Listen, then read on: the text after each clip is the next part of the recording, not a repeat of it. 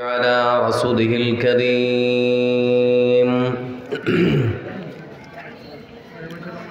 أما بعد فأعوذ بالله من الشيطان الرجيم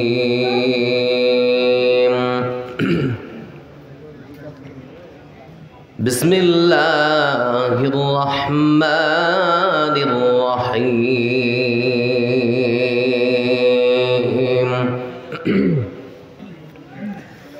لو تنالوا البر حتى تنفقوا مما تحبون وما تنفقوا من شيء فإن الله به عليم وقال الله تبارك وتعالى أعوذ بالله من الشيطان الرجيم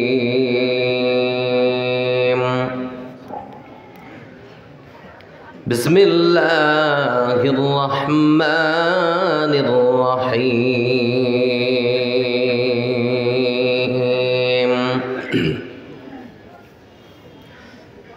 وأنفقوا مما رزقناكم من قبل أن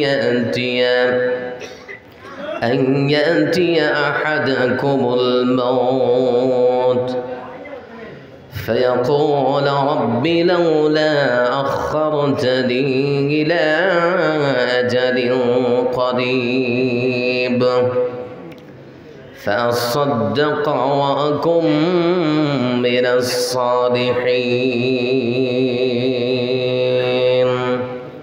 তাজল ভাই ওই বক্সটা একটু দিও হালকা মুসলমানের রক্ত দিয়ে ধরার জমিন লালে লাল পুত্র সুখে ভাইয়ের দুঃখে মমির হৃদয় বেসামাল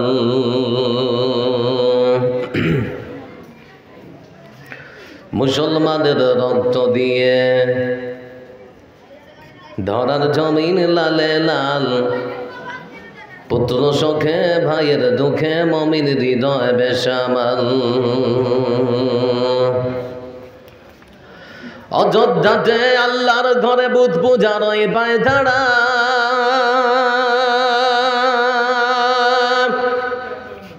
ক্ষুধার জ্বালায় দেশে দেশে আজ লক্ষ শিশু যায় মারা আফগান ইরাক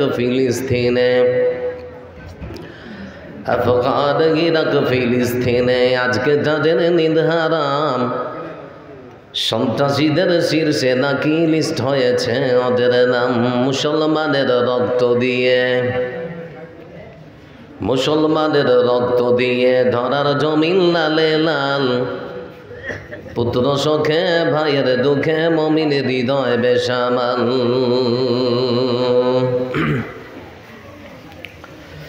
আল আহাদের ঝান্ডা দিয়ে কেউ দাঁড়ালে বিশ্বমা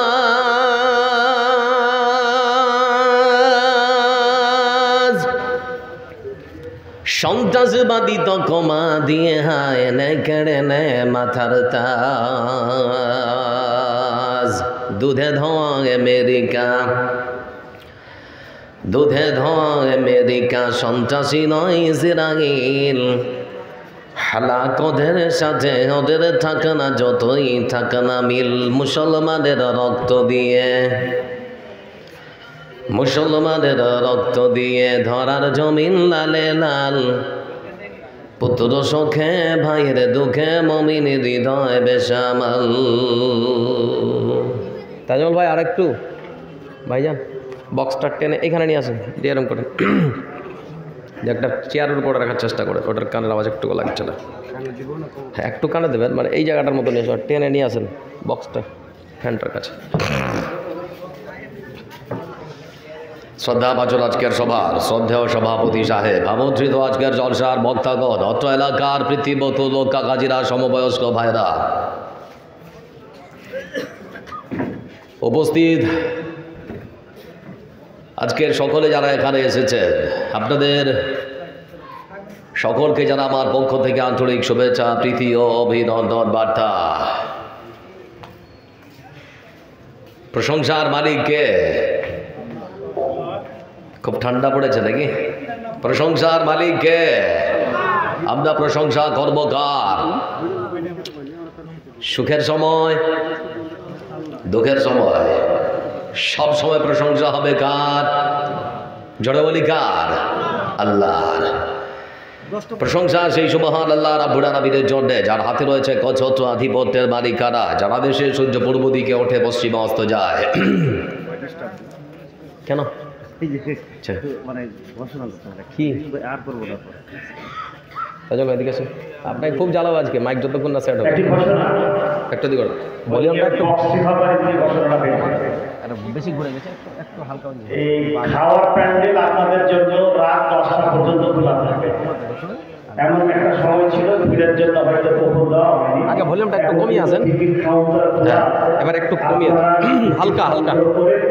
খাওয়ার প্যান্ডেলে ঢুকতে পারেন এবং খেতে পারেন। আর যারা দাঁড়িয়ে আছে ওদের বসতে বলেন, বসবে না? আচ্ছা আচ্ছা। শান্তি বর্ষিত হোক তার প্রেরিত মনোনীত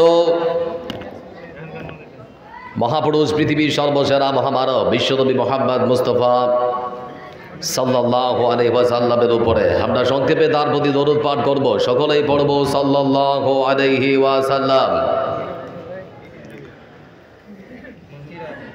আমি আপনাদের সামনে একজন চেনা অতিথি, গতবার এসেছিলাম, আবারও এসেছি। কোরআন এবং হাদিসকে সামনে রেখে কিছু সংক্ষিপ্ত বিবরণ পেশ করার চেষ্টা করব ইনশাআল্লাহ। আজকে সংক্ষিপ্ত বিবরণে আমরা শুনব দান সাদকার গুরুত্ব, মাহাত্ম্য এবং মর্যাদা সম্পর্কে কিছু বিবরণ কোরআন এবং হাদিস থেকে। তার পূর্বে কিছু কথা, আমি আপনাদের বক্তা, আপনারা আমার শ্রোতা। আপনারা যতক্ষণ বসে আছেন আমি ততক্ষণ বলার চেষ্টা করবো ইনশাআল্লাহ। বসে থাকা মানুষগুলো একবার বলবেন, আমি যতক্ষণ বলবো আপনারা বসে শুনবেন ইনশাআল্লাহ। চলে যাবেন দেখি? আল্লাহ আপনাদের কবুল করুন, আমরা বলি আমিন। বন্ধু আবার আজ যারা এখানে বসে আছেন আপনারা টেলিভিশন এবং বিভিন্ন খবরের কাগজ আপনারা দেখছেন, পড়ছেন, শুনছেন। মধ্যপ্রাচ্যের একটি দেশ যার নাম হচ্ছে ফিলিস্তিন। ফিলিস্তিনের আকাশে বাতাসে জীবন্ত পড়া মানুষের গন্ধ আমরা আজকে শুনছি।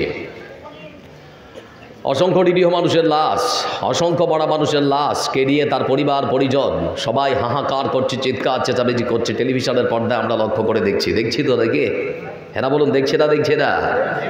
বিশ্ব মানবতার মুক্তির জন্য আল্লাহ রাব্বুল আলামিন একখানা সংবিধান দিয়েছেন, নাম কি? কোরআন। পৃথিবীর মানুষের নিরাপত্তার কথা বলেছে না বলে রে? সব কিছুই রয়েছে কোরআনে কারীমের মধ্যে। ওয়ানাজ্জালনা আলাইকাল কিতাবা তিবয়ানান লিকুল্লি শাই। মানুষের জীবনে যা কিছু প্রয়োজন সব কিছুই আছে তো নাকি? কিন্তু সব থেকে দুঃখের বিষয় সেটা হচ্ছে কোরআন বাড়িতে রেখে দিয়েছি বরকতের কিতাব মনে করে কেউ আমরা খুলে দেখি না। এটা হচ্ছে সব থেকে আমাদের দুর্বলতা।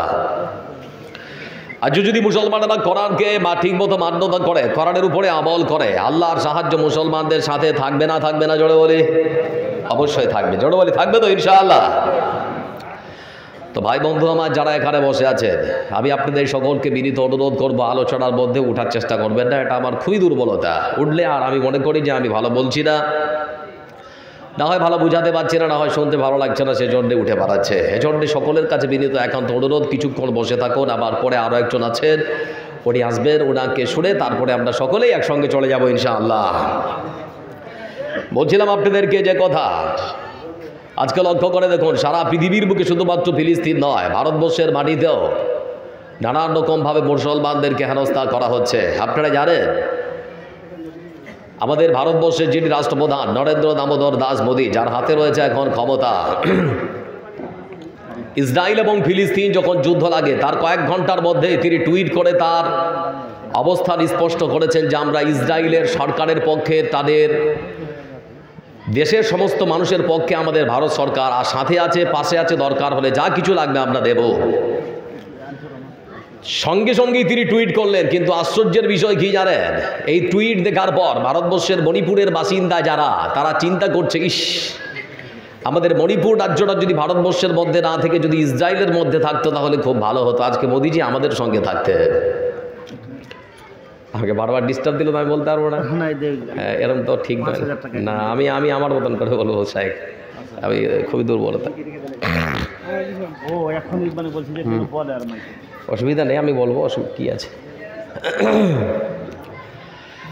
আশ্চর্যের বিষয় লক্ষ্য করে দেখুন, মাত্র 2 থেকে 2.5 ঘন্টার মধ্যে তিনি টুইট করে ইসরায়েলের প্রধানমন্ত্রী নেতানিয়াহুকে সমর্থন করেছেন। তিনি প্রমাণ করেছেন, তার অবস্থানকে স্পষ্ট করেছেন যে আমি আপনার পাশে আছি, সাথে আছি।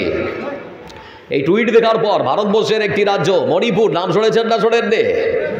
মণিপুরের বাসিন্দা তারা মনে করছে ভারতবর্ষ যদি আমাদের ভারতে না থেকে ইসরায়েলে থাকতো তাহলে আজকে ভারতবর্ষের প্রধানমন্ত্রী আমাদের সঙ্গে থাকতো, তাই তো নাকি? লক্ষ্য করে দেখুন, আমাদের ভারতবর্ষের ন্যাশনাল টেলিভিশনের অসংখ্য সাংবাদিক, বিশেষ করে ভারত 24 বলে একটা চ্যানেল আছে, যে চ্যানেলের এখন প্রধান অ্যাঙ্কার যিনি রবি কালিয়াকত, আগে এবিপি আনন্দে কাজ করতেন।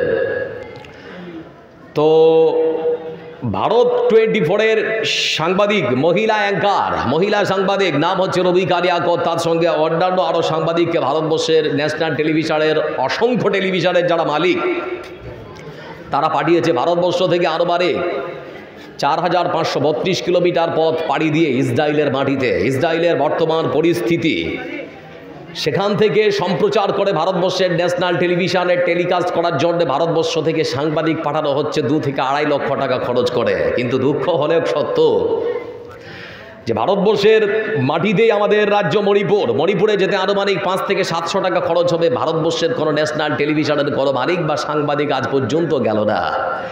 যে মণিপুর রাজ্যে অসংখ্য নিরীহ মানুষের জীবন গেছে, যে মণিপুর রাজ্যে অসংখ্য গির্জা এবং অসংখ্য মন্দিরকে ভেঙে চুরমার করা হয়েছে। আশ্চর্যের বিষয় একটা জিনিস ভাববেন, মণিপুরে মুসলমানদের সংখ্যা খুবই নগণ্য, খুবই কম, শতাংশের নিরিখে খুবই কম।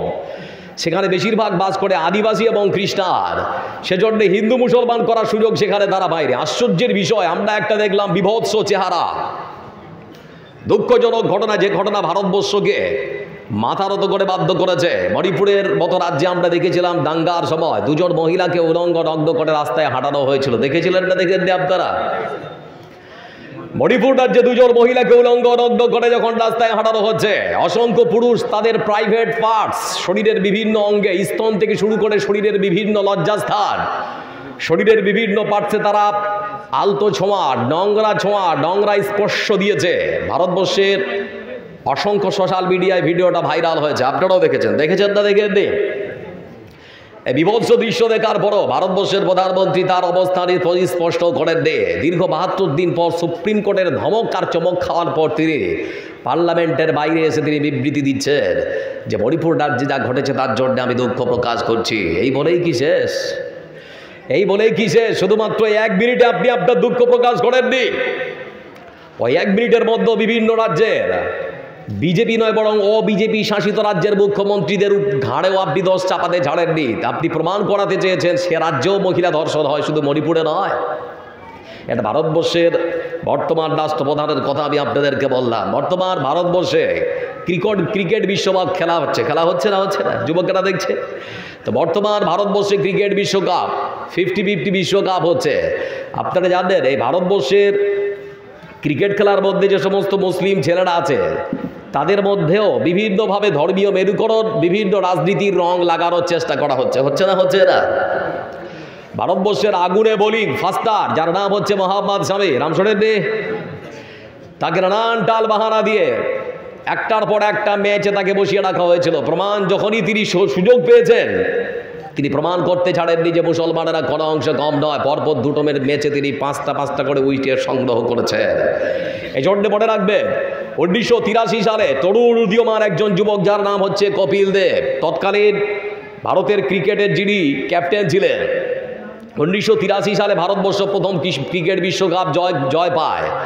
তারপর কেটে গিয়েছে 28টি বছর। 28টি বছর পার হওয়ার পর ভারতবর্ষের মাটিতে যে ক্রিকেট বিশ্বকাপ আবার শুরু হয়েছিল, মহেন্দ্র সিং ধোনির আমলে আমরা আবার ক্রিকেট বিশ্ব জয় করেছি শ্রীলঙ্কার বিরুদ্ধে 2011 সালে।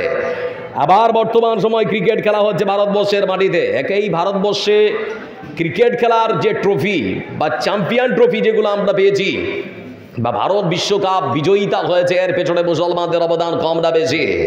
জোরে বলুন, কম না বেশি?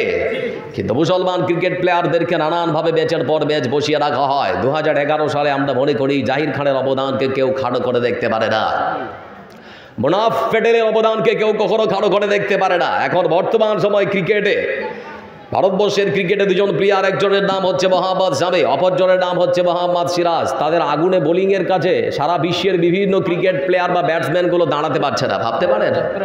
আর এদেরকে ম্যাচের পর ম্যাচ বসিয়ে রাখা হয়েছে। এজন্য মনে রাখবেন যারা এখানে বসে আছে, এ ভারতবর্ষে যে কোনো কাজের মধ্যে মুসলমানদের অবদান আছে না নেই? জোরে বলে আছে না নেই? আমি সংক্ষেপে আর কয়েকটা কথা বলছি, আপনারা শুনলে অবাক হয়ে যাবেন। চলতি বছর আগস্টের 23 তারিখ রোজ বুধবার, আনুমানিক সন্ধ্যা 6:04 হবে, ভারতবর্ষের মহাকাশ গবেষণা সংস্থা ইসরোর পক্ষ থেকে চন্দ্রযান-3কে চাঁদের দক্ষিণ মেরুতে ভারতবর্ষের মহাকাশ গবেষণা সংস্থার বিজ্ঞানীরা সফলভাবে ল্যান্ড করতে সক্ষম হয়েছে। এই চন্দ্রযান-3কে চাঁদের মাটিতে পাঠাবার পেছনে মুসলমানদের অবদান কম না বেশি? সবাইকে বলতে হবে, কম না বেশি? সারা পৃথিবীতে ভারতই একমাত্র দেশ যারা চন্দ্রযান-3কে সফলভাবে চাঁদের দক্ষিণ মেরুতে অবতরণ করাতে সক্ষম হয়েছে। যারা বসে আছেন আপনাদেরকে একটুখানি স্মরণ করিয়ে দিচ্ছি, এই ভারতবর্ষের মহাকাশ গবেষণা সংস্থার সৃষ্টি বা তৈরি হয় 1969 সালে। তৎকালীন ভারতবর্ষে যিনি প্রধানমন্ত্রী তার নাম হচ্ছে ইন্দিরা গান্ধী। এই মহাকাশ গবেষণা সংস্থা তৈরির পেছনে মুসলমানদের অবদান ছিল সব থেকে বেশি। এই মহাকাশ গবেষণা সংস্থা তৈরির পেছনে সব থেকে যে মানুষটির অবদান বেশি ছিল তার নাম হচ্ছে আবুল কালাম আজাদ। কি নাম বললাম? আবুল কালাম আজাদ। আজকে তার কৃতিত্বকে কোনো সাংবাদিক ভারতবর্ষের ন্যাশনাল টেলিভিশনে একবারও আমাদেরকে শোনালো না। এখন বর্তমান ভারতবর্ষের মহাকাশ গবেষণা সংস্থার পক্ষ থেকে যে ইসরো অর্থাৎ ল্যান্ডার বিক্রমকে সফলভাবে চাঁদের দক্ষিণ মেরুতে ল্যান্ড করা হয়েছে, শুনলে অবাক হয়ে যাবেন। আপনাদের মালদা জেলার পার্শ্ববর্তী জেলা মুর্শিদাবাদের শামশেরগঞ্জের একজন যুবক যার নাম হচ্ছে তশিকুল ওয়ারা, শামশেরগঞ্জের পুটিমারি গ্রামের বাসিন্দা তশিকুল ওয়ারা, তার অবদান চন্দ্রযান-3কে চাঁদে পাঠানোর ক্ষেত্রেও রয়েছে। শুধুমাত্র আমার ভাই তশিকুল ওয়ারা নন, আপনারা জানেন তার পার্শ্ববর্তী আর একটি জেলা যার নাম হচ্ছে বীরভূম জেলার বিলাসপুরের আর একজন বাসিন্দা যার নাম হচ্ছে মোশাররফ হোসেন। এ ভাইয়ের কাজ ছিল সব থেকে হার্ড, সব থেকে কঠিন, সব থেকে শক্ত। যে কাজ ছিল প্লাজমা এবং চাঁদের মাটির তাপমাত্রার ঘনত্বের পরিমাপ করা। এই বিশাল শক্ত কাজ আমার ভাই মোশাররফ হোসেন, যিনি দক্ষতার সঙ্গে প্রমাণ করে দেখালেন চাঁদের মাটিতে চন্দ্রযান-3কে ল্যান্ড করতে সক্ষম হলেন। খুব দুঃখ লাগছে তার নামটাও একটা বারের জন্য কোনো ভারতবর্ষের ন্যাশনাল টেলিভিশনে না শোনানো হয়েছে, না কোনো সাংবাদিককে আমরা পড়তে শুনেছেন আপনারা? আনুমানিক 1 থেকে 1.5 ঘন্টা ধরে ভারতবর্ষের প্রধানমন্ত্রী নরেন্দ্র দামোদর দাস মোদীর চেহারাটা শুধুমাত্র দেখানো হয়েছে। টেলিভিশনের স্ক্রিনকে দুটো ভাগ করা হয়েছে, এক ভাগে নরেন্দ্র মোদী আর অপর ভাগে চন্দ্রযান-3 ল্যান্ডার বিক্রম। আপনারা শুনলে অবাক হবেন। আপনাদের পার্শ্ববর্তী রাজ্য বিহার, এখান থেকে কতটা দূরে? কাছে থেকে তো এখান থেকে 10 কিলোমিটার দূরে আপনাদের বিহারের দুজন যুবক, বিহার রাজ্যের পাটনা জেলার একজন যুবক যার নাম হচ্ছে মোহাম্মদ আফতাব। আমার ভাই মোহাম্মদ আফতাব, তিনিও তার অবদান রেখেছেন চাঁদের মাটিতে ল্যান্ডার বিক্রমকে পৌঁছানোর জন্যে। আপনাদের সীমাঞ্চলের বারসইয়ের আর একজন যুবক যার নাম হচ্ছে মোহাম্মদ সাব্বিরের খবর আজকে পৃথিবীর মানচিত্রে ভারতবর্ষকে এক অন্য মাত্রায় তুলে নিয়ে গিয়েছে। কিন্তু কোনো মুসলমানদের নাম তারা কোনো টেলিভিশনে আজ পর্যন্ত তখনও তারা উচ্চারণ করেনি, এখনও উচ্চারণ করতে চাইছে না।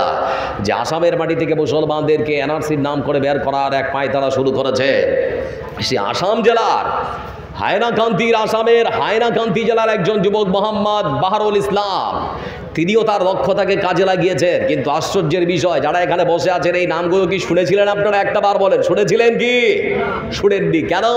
ওরা চায় না যে এ সমস্ত নাম আমরা শোনাই। আর ভারতবর্ষের মুসলমানদের পরবর্তী প্রজন্ম, মুসলমানদের ছোট্ট বাচ্চারা এটা শিখুক আর তারা এটা মনে রাখুক, সেজন্য তারা চাইছে না। তো ওরা যদি ওই সমস্ত মুসলমান নাম না প্রচার করে, আমাদের প্রচার করার দরকার আছে না রে? জোরে বলি, হ্যাঁ না বলি, জোরে আছে না রে? আছে।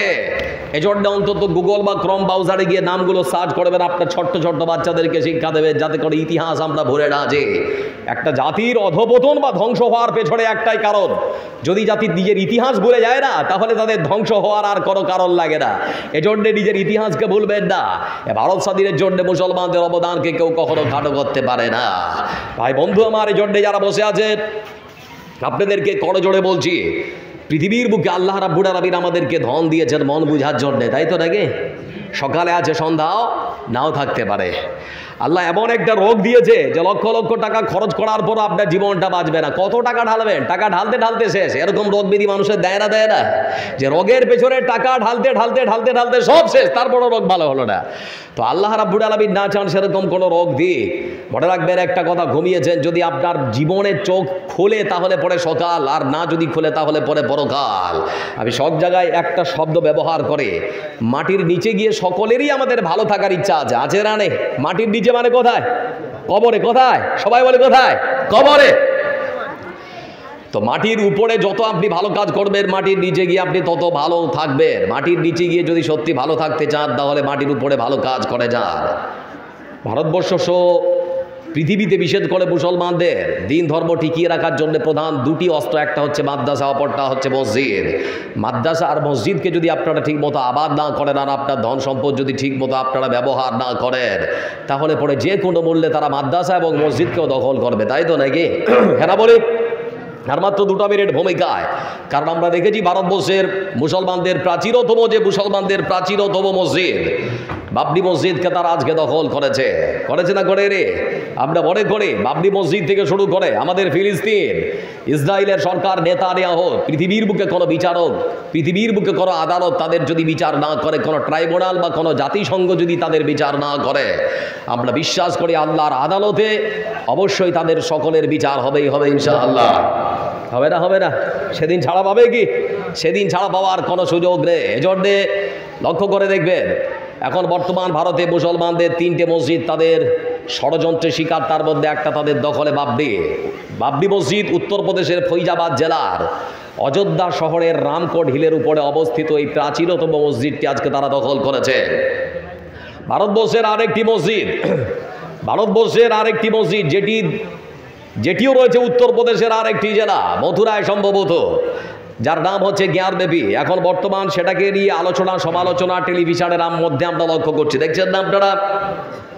তাদের প্রধান যুক্তি হলো যে সম্রাট ঔরঙ্গজেবের আমলে তিনি সেই মন্দির ভেঙে মসজিদ নির্মাণ করেছেন, যার প্রমাণে তারা বলতে চাচ্ছে যে মসজিদের মধ্যে যে পানির ফোয়ারা প্রচার করা হচ্ছে আসলে সেটা পানির ফোয়ারা নয়, সেটা হচ্ছে শিবলিঙ্গ।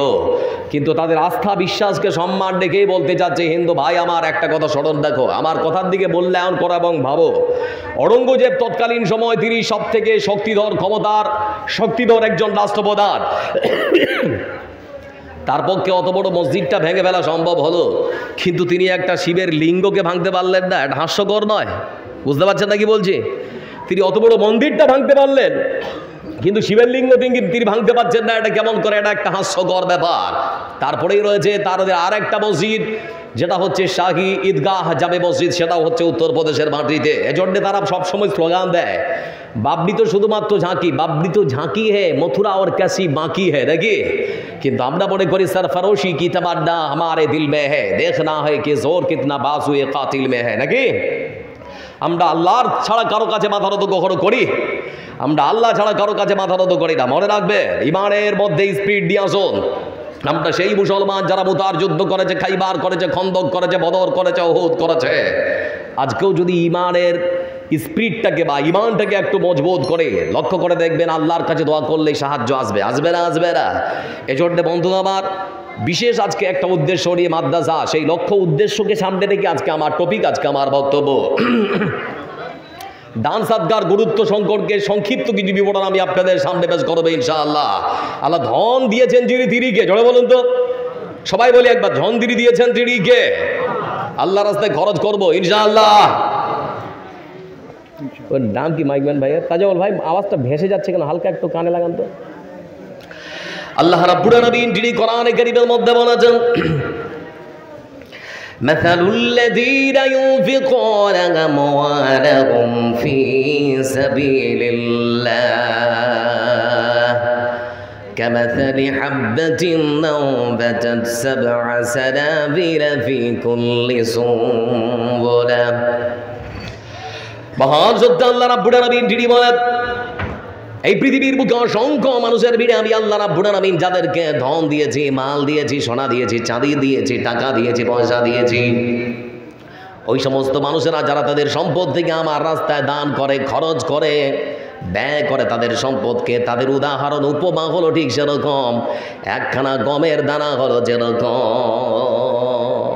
আরও তো ছিল বীজ, কিন্তু গমের দানার সঙ্গে তিনি সুন্দর করে উপমা টেনেছেন আল্লাহ। এটা কেন বন্ধু আমার? লক্ষ্য করে দেখুন, একখানা কৃষক যখন তার জমিতে গমকে সুন্দর করে বপন করে ফেলে দেয়, একখানা গম থেকে কখনো একখানা গাছ জন্মায় না। আল্লাহ রাব্বুল আলামিন এখানে 7খানা গাছের কথা উল্লেখ করেছেন বন্ধু আমার। তার মানে আল্লাহ রাব্বুল আলামিনের কথা হলো, কৃষক যখন একখানা গম উর্বর কোনো জমিতে ফেলে দিয়েছে, ওই একখানা গাছ থেকে 7খানা গাছ তৈরি হয়েছে। আবার এক একটা গাছে আল্লাহ রাব্বুল আলামিন 100 করে দানা তিনি দিয়ে দিয়েছেন। তার মানে হলো বন্ধু আমার, এক একটা গাছেই যদি 100টা হয়, তাহলে পরে 7টা গাছে কত? 700 দানা আল্লাহ রাব্বুল আলামিন তিনি সুন্দর করে দিয়ে দিয়েছেন। আর আমার আল্লাহ বলেছেন, বান্দা, একজন কৃষক একটা গমের দানা থেকে 7টা, আর 7টা থেকে 700টা তখনই পেতে পারে যখন একজন কৃষক 3খানা সত্য বাঁধবে। কয়টা সত্য বাঁধতে হবে? কথা বলেন, কটা? প্রথম নাম্বার সত্য হলো যে বীজ আপনি নেবেন সেই বীজটা হতে হবে উর্বর, খুবই উন্নত মানের বীজ হতে হবে। দ্বিতীয় নাম্বার হলো সময়ের সাথেই যখন জমিটার মধ্যে বীজ বপন করে গম যখন ফেলতে হয় তখনই ফেলতে হবে। গমের গাছটা যখন ধীরে ধীরে বেড়ে উঠবে বন্ধু আমার, সময়ের সাথেই আপনাকে সার প্রয়োগ করতে হবে, জলের সেচ দিতে হবে। এই 3খানা কাজ যদি ঠিক মতো কোনো কৃষক করে দেয়, তাহলে পরে আমার আল্লাহ তিনি বলেছেন সেই কৃষক 1 থেকে 7 থেকে 700 পর্যন্ত দানা পেতে পারে। অনুরূপ আল্লাহর কোনো বান্দা যদি মনে করে আমার তো সেরকম কোনো সম্পদ নেই, আমার তো বেশি টাকা নেই, বেশি কোনো সম্পদ নেই, আমার সামান্য কিছু টাকা রয়েছে, আমার বন্ধুরা আল্লাহ রাব্বুল আলামিন তিনি বলেছেন, বান্দা চিন্তা করো না, আমার কোনো বান্দা যদি তার সম্পদ থেকে 1 টাকা দান করে, ওই 1 টাকাকে বাড়ি আমি আল্লাহ রাব্বুল আলামিন 7 টাকা করে দিতে পারি। আবার আমি আল্লাহ রাব্বুল আলামিন যদি যাই, তাহলে পরে 7 টাকাকে বাড়াতে বাড়াতে আমি আল্লাহ রাব্বুল আলামিন 700 টাকা পর্যন্ত বাড়িয়ে দিতে পারি। আল্লাহ পারে না? পারে না? কথা বলেন, পারে না? পারে না? অবশ্যই পারে। এজন্য বন্ধু আমার বলতে যাচ্ছিলাম, ধন দিয়েছে আল্লাহ ধনটাকে বোঝার জন্য। ধন আজ আছে কাল নাও থাকতে পারে, কিন্তু আমাদের সমাজে অসংখ্য মানুষ আছে আল্লাহ ধন সম্পদ দিয়েছে, তাদের ধন সম্পদ থেকে গরিবের যে হক, মাদ্রাসা মসজিদের যেটা হক, সেটা তারা আদায় করতে চায় না, বের করতে চায় না। অসংখ্য মানুষ আছে বন্ধু আমার এখনো পর্যন্ত ফসলের ঠিক মতো ফসল বের করে না। আপনাদের মধ্যে মনে হয় নেই নাকি? আছে। আবার বন্ধুরা, বিশ্ব নবী সাল্লাল্লাহু আলাইহি ওয়াসাল্লাম পৃথিবীর বুক থেকে তিনি পরলোক গমন করেছেন, তিনি চলে গেছেন, পরলোক গমন করেছেন, মৃত্যুবরণ করলেন। ততক্ষণ লক্ষ্য করে দেখলাম আরব ভূখণ্ডে এমন কিছু মানুষ ছিল, তারা ততক্ষণাৎ বলে বসলো, রাসূলের যুগে আমরা আমাদের সম্পদ থেকে ওষুধ দিয়েছি, দান দিয়েছি, সাদকা দিয়েছি, এখন আমাদের সম্পদ থেকে আমরা আর কিছু দিতে পারবো না। তখন দিয়েছি, এখন আর আমরা দিতে পারবো না। এই কথা যখনই তারা বলেছে, উমর ইবনুল খাত্তাব রাদিয়াল্লাহু তাআলা আনহু রাসূলুল্লাহ সাল্লাল্লাহু আলাইহি ওয়াসাল্লামের মৃত্যুর পর প্রথম খলিফা আবু বকরের কাছে এসে বলে, হুজুর, দেশের প্রধানমন্ত্রী, খবর আছে? বলে কি? বলে আরব ভূখণ্ডে এমন কিছু মানুষ বলেছে মোদি রাসূলের মৃত্যুর পর আমরা আমাদের ধন থেকে সম্পদ থেকে আর অসরে দেব না, যাকাতও দেব না, কোনো রকম কোনো জিনিস আর বের করব না। আবু বকর সিদ্দিক রাদিয়াল্লাহু তাআলা আনহু তিনি তখন বললেন, ওমর, তোমার বাক্য, তোমার মুখ থেকে আমি শুনবো, আমি এ কথা কখনো বিশ্বাস করতে পারছি না। রাসূলের জীবদ্দশায় তোমার চিন্তা ভাবনা দেখে মনে হতো তুমি একজন সুপুরুষ, কিন্তু তোমার আজকের বাক্য, আজকের শব্দ মনে শুনে হচ্ছে তুমি সত্যি সুপুরুষ না কাপুরুষ, আমার সন্দেহ আছে। আমার বন্ধুরা, উমর ইবনুল খাত্তাব রাদিয়াল্লাহু তাআলা আনহু তিনি বলছেন, দেশের রাষ্ট্রপ্রধান আমি সত্যি শুনে আসলাম, আবু বকর সিদ্দিক রাদিয়াল্লাহু তাআলা আনহু তিনি তখন বলছেন, ও ওমর তুমি শুনে নাও, তুমি শুনেছো ঠিকই, মানুষেরা হয়তো বলেও থাকতে পারে, কিন্তু শুনে নাও রাসূলের জীবদ্দশায় ওই সমস্ত মানুষেরা যারা রাসূলের কাছে এসেছে, আসার পরে উটের যাকাত দিয়েছে, আর উটের গলাটার সঙ্গে উটের গলাতে রশিটা পড়া ছিল, রশিটাও দিয়েছে, উটটাও দিয়েছে। আজকে যদি তারা উট আমার কাছে দিতে এসে যদি বলে রশিটা তো আমার, আমি খুলে নিয়ে যাব, তাহলে পরে আমি আবু বকর সিদ্দিক রাদিয়াল্লাহু তাআলা আনহু ওই রশিটার সঙ্গে তার সঙ্গে যুদ্ধ করব, মারবো না হয় মরবো, তার রশি আদায় করব, তারপরে আমি তাকে ছাড়বো।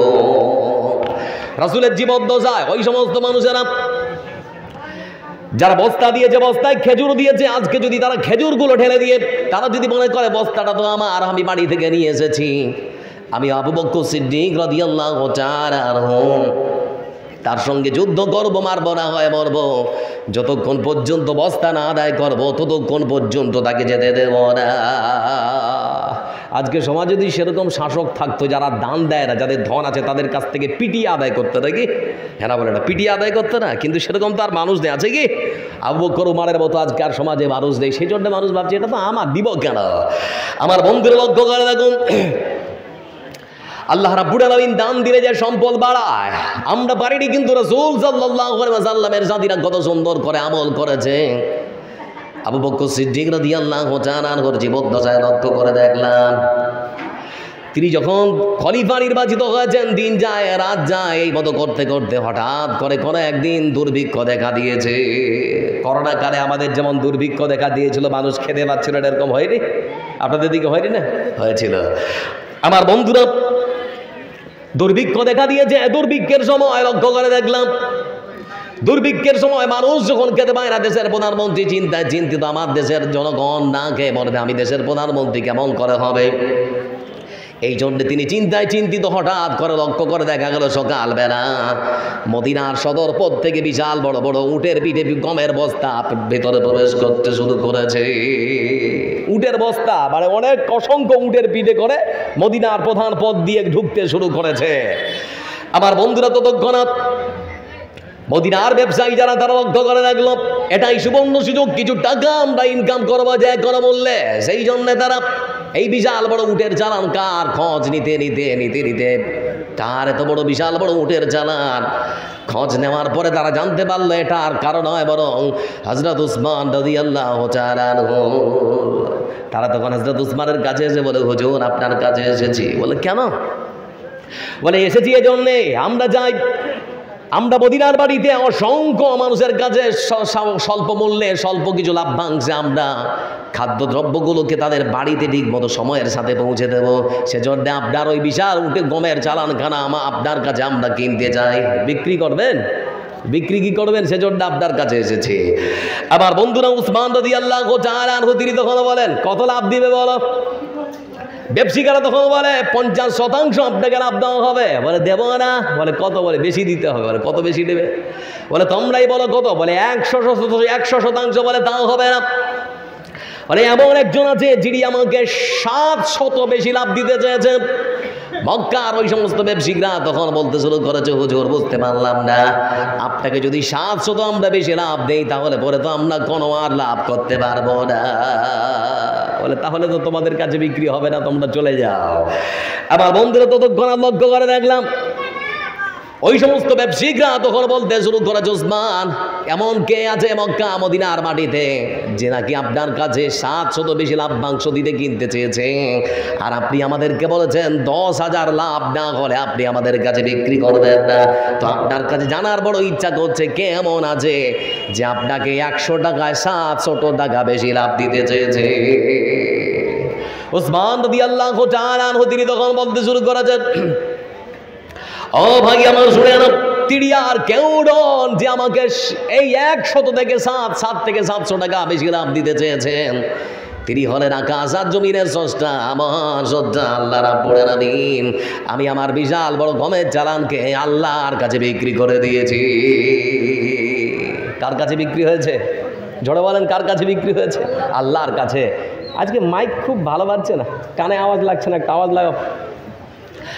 এই সেই উসমান রাদিয়াল্লাহু তাআলা আনহু, এই সেই উসমান রাদিয়াল্লাহু তাআলা আনহু। আমার বন্ধুরা, পৃথিবীর বুকে রাসূল সাল্লাল্লাহু আলাইহি ওয়াসাল্লামের জীবন দশায় রাসূলের সর্বশেষ এবং সব থেকে বড়, খেয়াল করুন, সব থেকে শেষ এবং সব থেকে বড় যুদ্ধ, যার নাম হলো তাবুকের যুদ্ধ। তাবুকের যুদ্ধে রাসূলুল্লাহ সাল্লাল্লাহু আলাইহি ওয়াসাল্লাম 30,000 সেনাবাহিনী, তিনি বিশাল বড় সেনাবাহিনী তিনি তৈরি করলেন। জোরে বলুন কত হাজার? সবাই বলেন কত হাজার? 30,000। তৎকালীন সব থেকে ক্ষমতাধর রাষ্ট্র, যার নাম হলো রোম সাম্রাজ্যের বিরুদ্ধে যুদ্ধ হবে। অর্ধ পৃথিবীর শাসনভার যাদের হাতে বন্ধু আমার, সেই বিশাল বড় রোম সাম্রাজ্যের বিরুদ্ধে যুদ্ধ করবেন রাসূল সাল্লাল্লাহু আলাইহি ওয়াসাল্লাম। আমার রাসূল তিনি ঘোষণা করলেন, আমার সাথীরা শুনে নাও, তোমাদের যার কাছে যা আছে আমার কাছে নিয়ে আসো। তোমাদের যা আছে তোমরা নিয়ে আসো আমার কাছে। লক্ষ্য করে দেখা গেল বন্ধু আমার, যার কাছে যা ছিল তারা তাই দিয়েছে। শেষাংশে রাসূল সাল্লাল্লাহু আলাইহি ওয়াসাল্লামের একজন সাহাবী লক্ষ্য করে দেখলাম, যার নাম হলো হযরত উসমান রাদিয়াল্লাহু তাআলা আনহু। তিনি বললেন, হে আল্লাহর রাসূল, 30,000-এর মধ্য থেকে 10,000 মানুষের খাবার, তাদের যাতায়াত করার জন্য, তাদের সাওয়ারির, এমনকি তাদের যা কিছু যাতায়াত করার যা লাগবে আমি আমার পক্ষ থেকে সব কিছু দিয়ে দেব। এই সেই উসমান রাদিয়াল্লাহু তাআলা উপরন্তু তার হাতে ছিল 300 স্বর্ণমুদ্রা।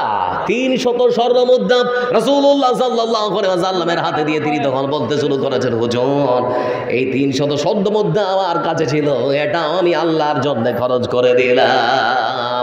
এই 300 স্বর্ণমুদ্রা হাতে দিয়ে আমার রাসূল সাল্লাল্লাহু আলাইহি ওয়াসাল্লাম তিনি ঘোষণা করলেন, উসমান, আজকের জন্য তোমার যে দাম, তুমি যে ত্যাগ স্বীকার করেছো, তোমার ধন মাল থেকে যেটা তুমি খরচ করেছো, আল্লাহর পক্ষ থেকে জিবরাইল মারফত আমাকে ওহী করে জানানো হয়েছে, আজকের দান কবুল করে নিয়ে তোমার জন্য আল্লাহ তোমার জন্য জান্নাত ওয়াজিব করে দিয়েছে। সুবহানাল্লাহ হবে না? খালি সম্পদ আছে যে কোনো মূল্যে জান্নাত কিনতে হবে নাকি? এজন্য আল্লাহ রাব্বুল আলামিন যিনি কোরআনে কারীমের আয়াতে বলেন, لو تنالوا البر حتى تنفقوا مما تحبون وما تنفقوا من شيء فإن الله به عليم। সকল সৃষ্টির স্রষ্টা মহান শ্রদ্ধা আল্লাহ রাব্বুল আলামিন তিনি এজন্যই ঘোষণা দিয়েছেন, ও পৃথিবীর মানুষেরা তোমরা শুনে নাও, আমি আল্লাহ রাব্বুল আলামিন যাদেরকে আমি ধন দিয়েছি, মাল দিয়েছি, টাকা দিয়েছি, সম্পদ দিয়েছি, ওই সমস্ত মানুষেরা যাদের ধন থেকে, মাল থেকে, যতক্ষণ পর্যন্ত তারা তাদের সব থেকে পছন্দের, সব থেকে আগ্রহের, সব থেকে মূল্যবান, সব থেকে দামি সম্পদ আমার রাস্তায় যতক্ষণ পর্যন্ত তারা না খরচ করবে, ব্যয় না করবে, ততক্ষণ পর্যন্ত আমার কোন বান্দা পুণ্যবানে কি পেতে পারে না। সব থেকে পছন্দের আমরা ভালোটা নিই, আর অবশিষ্ট যেটা ঝাড়াঝুড়া সেটা আল্লাহর জন্য দিই নাকি? হ্যাঁ না বলে না? সেটা দিয়ে কি দিই না? সেটা আমরা দিই।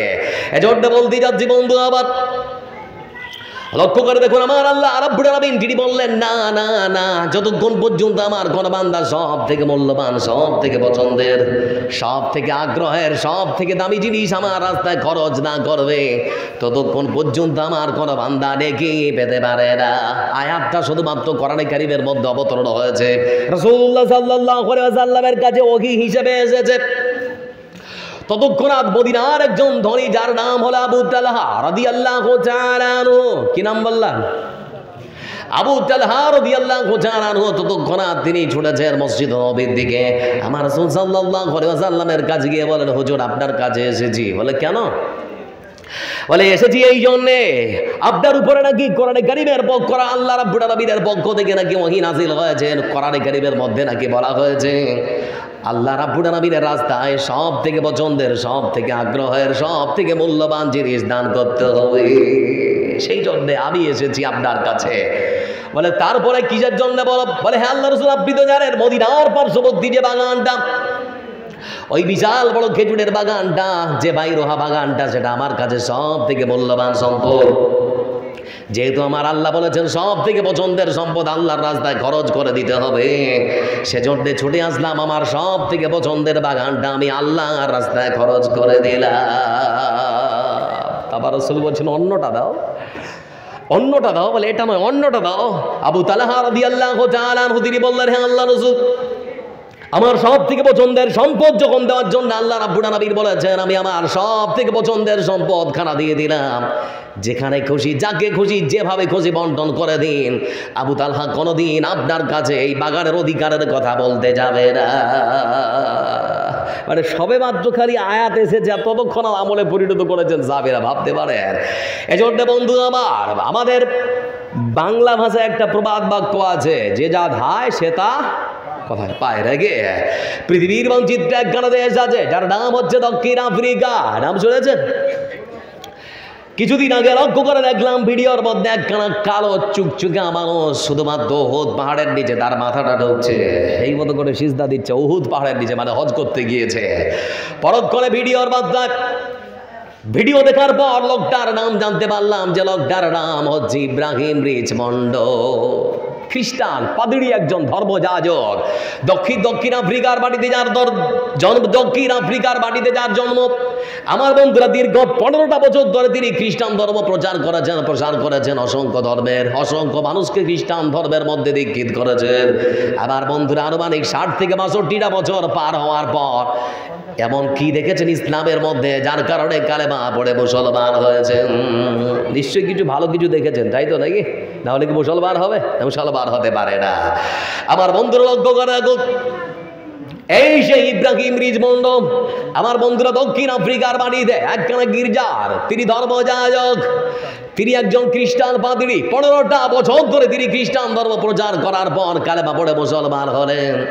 আবার বন্ধুরা ভারতবর্ষ সহ সারা পৃথিবীর মাটিতে আনুমানিক 195টা দেশ থেকে সৌদি সরকার আনুমানিক 2,500 মানুষকে রাজকীয়ভাবে আপ্যায়ন করেছে হজ পালন করার জন্য।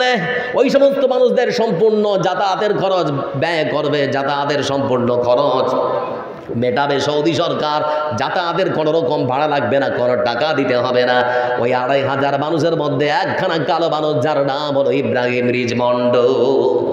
আমাদের পার্শ্ববর্তী দেশ বাংলাদেশের একজন বিখ্যাত আলেম মুফতি সানাউল্লাহ রহমানী, লক্ষ্য করে দেখলাম তিনি তার সাক্ষাৎকার দিচ্ছেন উহুদ পাহাড়ের তলদেশে। বলে, আপনি নাকি ইব্রাহিম রিচমন্ড? বলে, হ্যাঁ। বলে, আপনাকে তো কিছুদিন আগে ভিডিওর মধ্যে দেখছিলাম, আপনি ঝরঝর করে কাঁদছিলেন, তো আপনি এখানে? বলে, আমি কালেমা পড়ে মুসলমান হয়েছি। একবার জোরে বলি সুবহানাল্লাহ। বলে, আমি কালেমা পড়ে মুসলমান হয়েছি, আর আমাকে সৌদি সরকার রাজকীয়ভাবে আপ্যায়ন করেছে হজ পালন করার জন্য, সেজন্য আমি হজেও চলে এসেছি। বলে, আপনি একবার বলবেন আপনার মুসলমান হওয়ার কাহিনীটা, কেন মুসলমান হলেন? আমি তো শুনেছি আপনি 15 বছর ধরে খ্রিস্টান ধর্ম পালন করেছেন, এমনকি প্রচারও করেছেন, আপনি তো একজন ধর্মযাজক, তো আপনি কেন কালেমা পড়ে মুসলমান হলেন? কি দেখেছেন, এমন কোন জিনিস আপনি দেখলেন ইসলামের মধ্যে? আমার বন্ধুরা, এই সেই ইব্রাহিম রিচমন্ড, তিনি তৎক্ষণাৎ বলতে শুরু করেছেন, আমার অনুসারীর কোনো কিছু কম ছিল না। দক্ষিণ আফ্রিকার এক বিখ্যাত একটা বিশাল বড় গির্জার ধর্মযাজক হিসেবে আমাকে নিয়োজিত করা হয়েছিল। প্রতিদিনের মতো আমি সেই দিন, যেদিন আমি স্বপ্ন দেখেছিলাম, সেই দিন রাতের অন্ধকারে আমি যখন ঘুমিয়ে পড়েছি, চারিদিকে একেবারে শুনশান, কোনো মানুষের আওয়াজ নেই, একেবারে নিস্তব্ধ। চারিদিকে সবাই শুয়ে পড়েছে, কোনো মানুষের আওয়াজ নেই, কোনো কোলাহল নেই, চারিদিকে চুপচাপ। হঠাৎ করে সাদা পোশাক পরিহিত একজন মানুষ আমার কাছে ছুটে আসলো। আসার পরে আমাকে তখন বলতে শুরু করেছে, ইব্রাহিম রিচমন্ড, তাড়াতাড়ি করে ঘুম ভেঙে দাও, অজু করে দাও, সাদা পোশাক পরো, আর মক্কার দিকে রওনা হয়ে যা। ঘুমটা ভেঙে গেল। ততক্ষণাৎ ঘুম ভেঙে উঠলাম, চারিদিকে তাকাতে শুরু করলাম, ডাকে কে? এদিকে তাকাই, ওদিকে তাকাই, ঘর থেকে বেরিয়ে আসলাম, কাউকেই তো দেখতে পাই না। আবার সুন্দর করে ঘুমিয়ে পড়লাম বিছানায়। কিছুক্ষণের মধ্যেই যেই ঘুম এসেছে, আবার সেই ব্যক্তি আমাকে সেটাকে ইব্রাহিম রিচমন্ড, দেরি করো না, পরকাল থেকে যদি নাজাত পেতে চাও, জাহান্নামের আগুন থেকে যদি মুক্তি পেতে চাও, সাদা পোশাক পরিধান করে নাও, আর আল্লাহর ঘর মক্কার দিকে রওনা হয়ে যাও। আমি আবার ঘুমটা আমার ভেঙে গেল।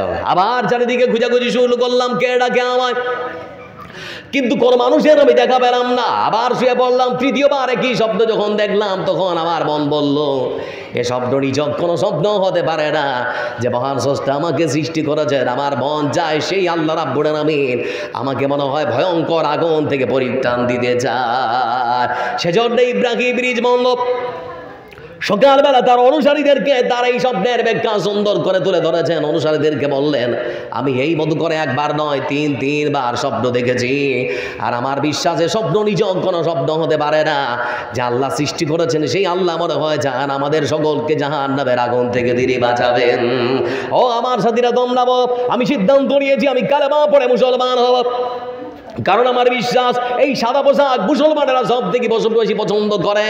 হজ যখন পালন করতে যায় বন্ধু আমার হাজী সাহেবেরা, সেদিন আপনাদের তৈরি করা কোনো পোশাক শরীরের মধ্যে থাকে না, শুধুমাত্র এক টুকরো সাদা পোশাক শরীরের মধ্যে সুন্দর করে পেঁচিয়ে আল্লাহর ঘর তারা তওয়াফ করে হজ পালন করে সেখান থেকে ফিরে আসে। এজন্য ইব্রাহিম রিজ বন্ড তিনি ভাবলেন সাদা পোশাক মুসলমানরা সব থেকে বেশি পছন্দ করে, এই সাদা পোশাক পরিধান করে মুসলমানরা হজ পালন করে। সেজন্য অনুসারীদেরকে লক্ষ্য করে বললেন, ও আমার অনুসারীরা, সিদ্ধান্ত নিতে আর ভুল করিনি, সিদ্ধান্ত নিয়ে ফেলেছি। আমার মন চায় জাহান্নামের আগুন থেকে বাঁচার জন্য আমি কালেমা পড়ে মুসলমান হব। তোমাদের রায় বলো, তোমরা কি বলতে চাও বলো। অনুসারীরাও তখন বলতে শুরু করা যায়, এতদিন ধরে আপনাকে ধর্মযাজক হিসেবে আমরা মেনেছি, আপনার যখন এই সিদ্ধান্ত, তাহলে পরে আপনার সিদ্ধান্তে আমরা আমাদের সিদ্ধান্ত পরিবর্তন করলাম। আপনি যদি কালেমা পড়ে মুসলমান হন চিন্তা করবেন না, আপনি আমাদেরকে কালেমা পড়ে মুসলমান করিয়ে নিন। ততক্ষণাৎ সেখানে উপস্থিত আলেম কালেমা পড়াতে শুরু করেছে। ইব্রাহিম রিজ বন্ড সহ 10,000 তার অনুসারে পড়তে শুরু করেছে, আশহাদু আল্লা ইলাহা ইল্লাল্লাহু ওয়া আশহাদু আন্না মুহাম্মাদান আবদুহু ওয়া রাসূলুহু। আবার বন্ধুরা বললাম কেন এটা এই জন্যই মানুষ যে যা ধায় সে তা পায়। আল্লাহ আপনাদেরকে ধন দিয়েছে মন বোঝার জন্য। কিসের জন্য? মন বোঝার জন্য। আল্লাহ রাস্তায় খরচ করুন, তাহলে পরে আল্লাহ আপনাদের সম্পদ বৃদ্ধি করে দেবে।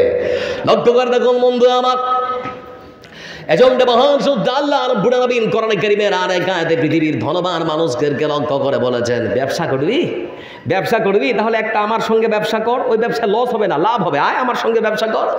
আল্লাহ রাব্বুল আলামিন তিনি সুন্দর করে বলেন, ইন্নাল্লাহা আশতারা মিনাল মুমিনিনা আনফুসাহুম ওয়া আমওয়ালাহুম বিআন্না লাহুমুল জান্নাহ ইউকাতিলুনা ফী সাবিলিল্লাহি ফায়াকতুলুনা ওয়া ইউকতালুন।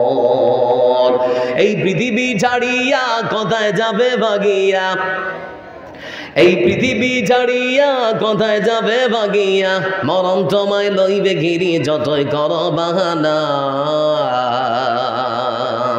চিন্তা করে দেখো না কবরে কি যাইবা না, যেই কবরে আল্লাহ ছাড়া সঙ্গী কেহ থাকবে না। চিন্তা করে দেখো না কবরে কি যাইবা না।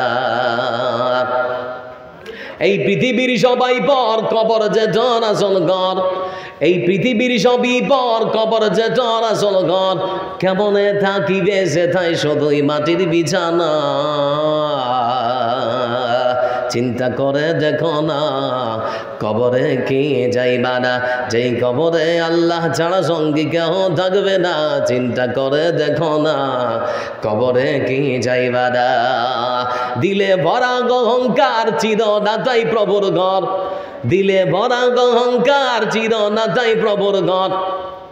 নামাজের লাগিয়া কি তোর মোটেও খারাপ লাগে না, নামাজের লাগিয়া কি তোর মোটেও খারাপ লাগে না। চিন্তা করে দেখো না কবরে কি যাইবা না, যেই কবরে আল্লাহ ছাড়া সঙ্গী কেউ থাকবে না। চিন্তা করে দেখো না কবরে কি যাইবা না। কবরে যাবেন না, একবার হাত তুলেন তো কে কে আছেন এরকম? কেউ আছেন? সবাই আছেন নাকি?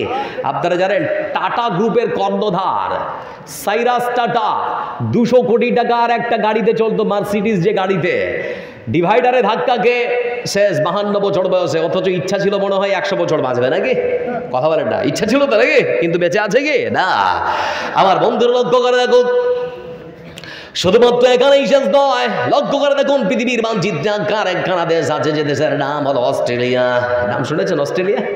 অস্ট্রেলিয়ার সিডনিতে এমন একজন যুবক যার নাম হলো আলী বারাত জন্মগ্রহণ করেছেন। 27 বছর বয়সে হাজার হাজার কোটি টাকার মালিক। আল্লাহকে এত ধন দিয়েছে, এত সম্পদ দিয়েছে যে নিজেই গুণে শেষ করতে পারবে না, জানতে পারে যে আমার কত সম্পদ আছে। আবার বন্ধুরা, অস্ট্রেলিয়ার সিডনিতে জন্মগ্রহণ করেছেন যে যুবক যার নাম হলো আলী বারাত, 27 বছর বয়স, অসংখ্য হাজার হাজার কোটি টাকার মালিক। আবার বন্ধুরা, বিলাসিতায় জীবনটা যার কাটানো যার স্বভাব ছিল। লক্ষ্য করে দেখুন, তিনি নিজেই বিবৃতি দিয়েছেন, আমি যে ঘড়িটা পরি সেই ঘড়িটা ভারতবর্ষের টাকা আনুমানিক 2.5 লক্ষ টাকা দাম। আমি যে জুতো ব্যবহার করি ভারতবর্ষের টাকা আনুমানিক 2.5 লক্ষ টাকা দাম। আমি যে ফেরারি গাড়িটা ব্যবহার করি ভারতবর্ষের টাকা আনুমানিক 200 কোটি টাকা দাম। আবার বন্ধুরা, এমন একজন যুবক কোনোদিন মসজিদের মধ্যে হাজিরা দিতে আসেনি। এমন একজন যুবক কেমন করে নামাজ পড়তে হয় জানে না, আজান কেমন করে দিতে হয় কোনোদিন শেখেনি। মসজিদে এসে হাজিরা দিতে হবে এই মন মানসিকতা সেই যুবকের কখনো ছিল না। বন্ধুদের সঙ্গে একদিন গাড়িতে করে ঘুরছে, তার ফেরারি গাড়িটা করে ঘুরছে, ঘুরতে ঘুরতে ঘুরতে ঘুরতে 5 স্টার হোটেলে প্রবেশ করার পর চা অর্ডার করেছে। আবার বন্ধুরা, গরম চা খেতে খেতে মুখের মধ্যে জিভের মধ্যে ফসকা পড়ে গেছে। গরম চা খেলে একটু জিভে ফসকা পড়ে না অনেক সময়, যে হট করে গরম চলে গেছে দিয়ে জিভে ফসকা পড়ে গেল। আবার বন্ধুরা, টিট বের করার জন্য প্রাথমিক চিকিৎসা নেওয়া হলো, কিন্তু কোনো মতেই জিভের ফসকা ছাড়ে না। দিন যায় রাত যায়, জীবের ফসকা বাড়তেই থাকে। এই সেই আলী বারাত, তিনি তখন ভাবলেন অন্য দোকানের চিকিৎসা নিতে হয়। সেজন্য আমেরিকায় পাড়ি দিয়েছেন বন্ধু। আবার আমেরিকার বিখ্যাত ডাক্তারের সঙ্গে পরামর্শ করা হলো, রক্তের ব্লাড নেওয়া হলো, মানে রক্ত নেওয়া হলো। রক্ত নেওয়ার পর, রক্তের নমুনা নেওয়ার পর, পরীক্ষা নিরীক্ষা করার পর সুন্দর করে বিকেলবেলা যখন রিপোর্টটা হাতে এসেছে, চেম্বারে ডাকা হলো, আলী বারাত ভাই আমার এসো, তোমার রিপোর্ট হাতে এসেছে, কি হয়েছে তোমাকে এখন জানিয়ে দেওয়া হবে। তো এই আলী বারাত ততক্ষণ চেম্বারে উপস্থিত, বলে বলুন স্যার। ডাক্তার রিপোর্ট দেখার পরে হতবাক, একবার রিপোর্টের দিকে তাকায়, আরেকবার যুবকের দিকে তাকায়। আলী বারাত ভাই আমার বলেন, ডাক্তার কি ব্যাপার? একবার রিপোর্টের দিকে তাকান, একবার আমার দিকে তাকান কেন? বলে আপনাকে এমন একটা কথা বলবো, তো আমার মনে হচ্ছে আপনি নিজেকে ধরে রাখতে পারবেন না, কাঁদতে শুরু করবেন। বলে ধ্যাৎ, আমার এত সম্পদ আছে, আমি কাঁদবো কেন? বলুন না, কোনো অসুবিধা নেই।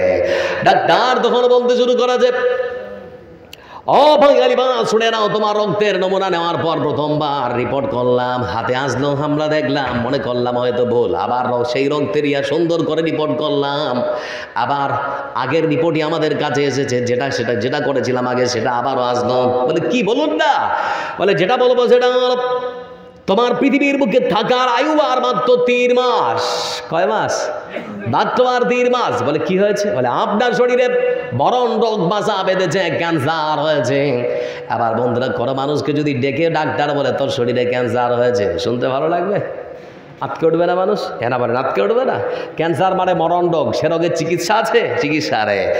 আবার বন্ধুরা, এমন একখানা রোগ যে রোগের আজ পর্যন্ত কোনো চিকিৎসা, বিজ্ঞানের চিকিৎসার জন্য কোনো ওষুধ তৈরি করতে পারলো না। আবার বন্ধুরা, ঠিক সেই সময় আলী বারাত যখনই শুনেছে, আলী বারাত শোনার পরে তখন ডাক্তারকে ডেকে বলছে, দে ডাক্তার, টাকার কি কম আছে নাকি? আল্লাহ কি আমাকে কম টাকা দিয়েছে? যত টাকা লাগে দেওয়া হয়, যত টাকা লাগবে সব টাকা ঢেলে দেবো, কিন্তু পৃথিবীর বুকে 27 বছরে পৃথিবীর বুক থেকে বিদায় হতে আমি রাজি নই। আমার ইচ্ছা পৃথিবীর বুকে আমি 100 বছরের কাছাকাছি বাঁচবো, যত টাকা লাগে দেওয়া হবে, যেমন করে হোক আমার জীবনটাকে বাঁচাতে হবে। আমার বন্ধুরা, আলী বারাতকে তখন ডাক্তার ডেকে বলে, ও ভাই আলী বারাত, শুনে নাও, এই পৃথিবীর বুকে আল্লাহ তোমাকে অগাধ সম্পদ দিতে পারে, টাকা দিতে পারে, পয়সা দিতে পারে, কিন্তু শুনে নাও, জীবন মরণের মালিক আমরা ডাক্তারেরা নয়, জীবন মরণের মালিক যিনি তিনি হচ্ছেন আল্লাহ। টাকা দিয়ে কোনো মানুষের জীবন বাঁচানো যায় না, তোমারও জীবনটা আমরা ডাক্তারেরা বাঁচাতে পারবো না। পায়ের তলা থেকে মাটি মনে হচ্ছে যেন সরে গেল, মনে হচ্ছে মাথার উপর থেকে যে গাছের ছায়াগুলো ছিল সেগুলো সব হারিয়ে গেল। ফিরে আসলেন বাড়ি, চিন্তায় বিভোর, ভারাক্রান্ত, চিন্তিত মন, কারো সঙ্গে কথা বলতে ভালো লাগে না। স্ত্রী যেই শুনেছে স্বামীর ক্যান্সার, স্বামীকে ছেড়ে চলে গিয়েছে, স্বামী নেই, কেউ নেই, স্বামীর স্ত্রী নেই, সন্তান সন্ততি আর কেউ পাশে থাকতে চায় না। যে পরিবার পরিজনের মানুষেরা সব সময় তার কাছে থেকেছে, আজ তারা কেউ নেই। আমার ভাই আলী বারাতকে ছেড়ে সবাই পালিয়ে গিয়েছে। আবার ভাই আলী বানাত তখন চিন্তা করছেন, আল্লাহ এতগুলো সম্পদ কি করব। আল্লাহকে তখন ডেকে বলে রব্বুল আলামিন, পৃথিবীতে বেঁচে থাকা যেহেতু আমার আর মাত্র 3 মাস, এই 3টা মাস শুধুমাত্র আমি তোমার ইবাদত করব, সেজন্য নিজেকে পরিবর্তন করার জন্য মসজিদ আজান হচ্ছে জোহরে, আজানের সময় নামাজ শুরু হয়েছে, তো তিনি মসজিদের পাশে দাঁড়িয়ে আজান শেষ করে পার্শ্ববর্তী মসজিদের ইমাম তিনি যখন বেরিয়ে আসছেন, বেরিয়ে আসার পর তিনি দেখলেন আলী বানাত দাঁড়িয়ে। তিনি তখন বলছেন, তুমি না আলী বানাত? বলে হ্যাঁ। বলে কেন এসেছো? তোমাকে তো মসজিদে কখনো দেখিনি। বলে হুজুর আপনার কাছে এসেছি এজন্যই, কারণ পৃথিবীর বুকে বেঁচে থাকার আয়ু আর মাত্র আমার 3 মাস। আমি চাই জীবনের এই 3টা মাস শুধুমাত্র আল্লাহর জন্য আমি ব্যয় করবো।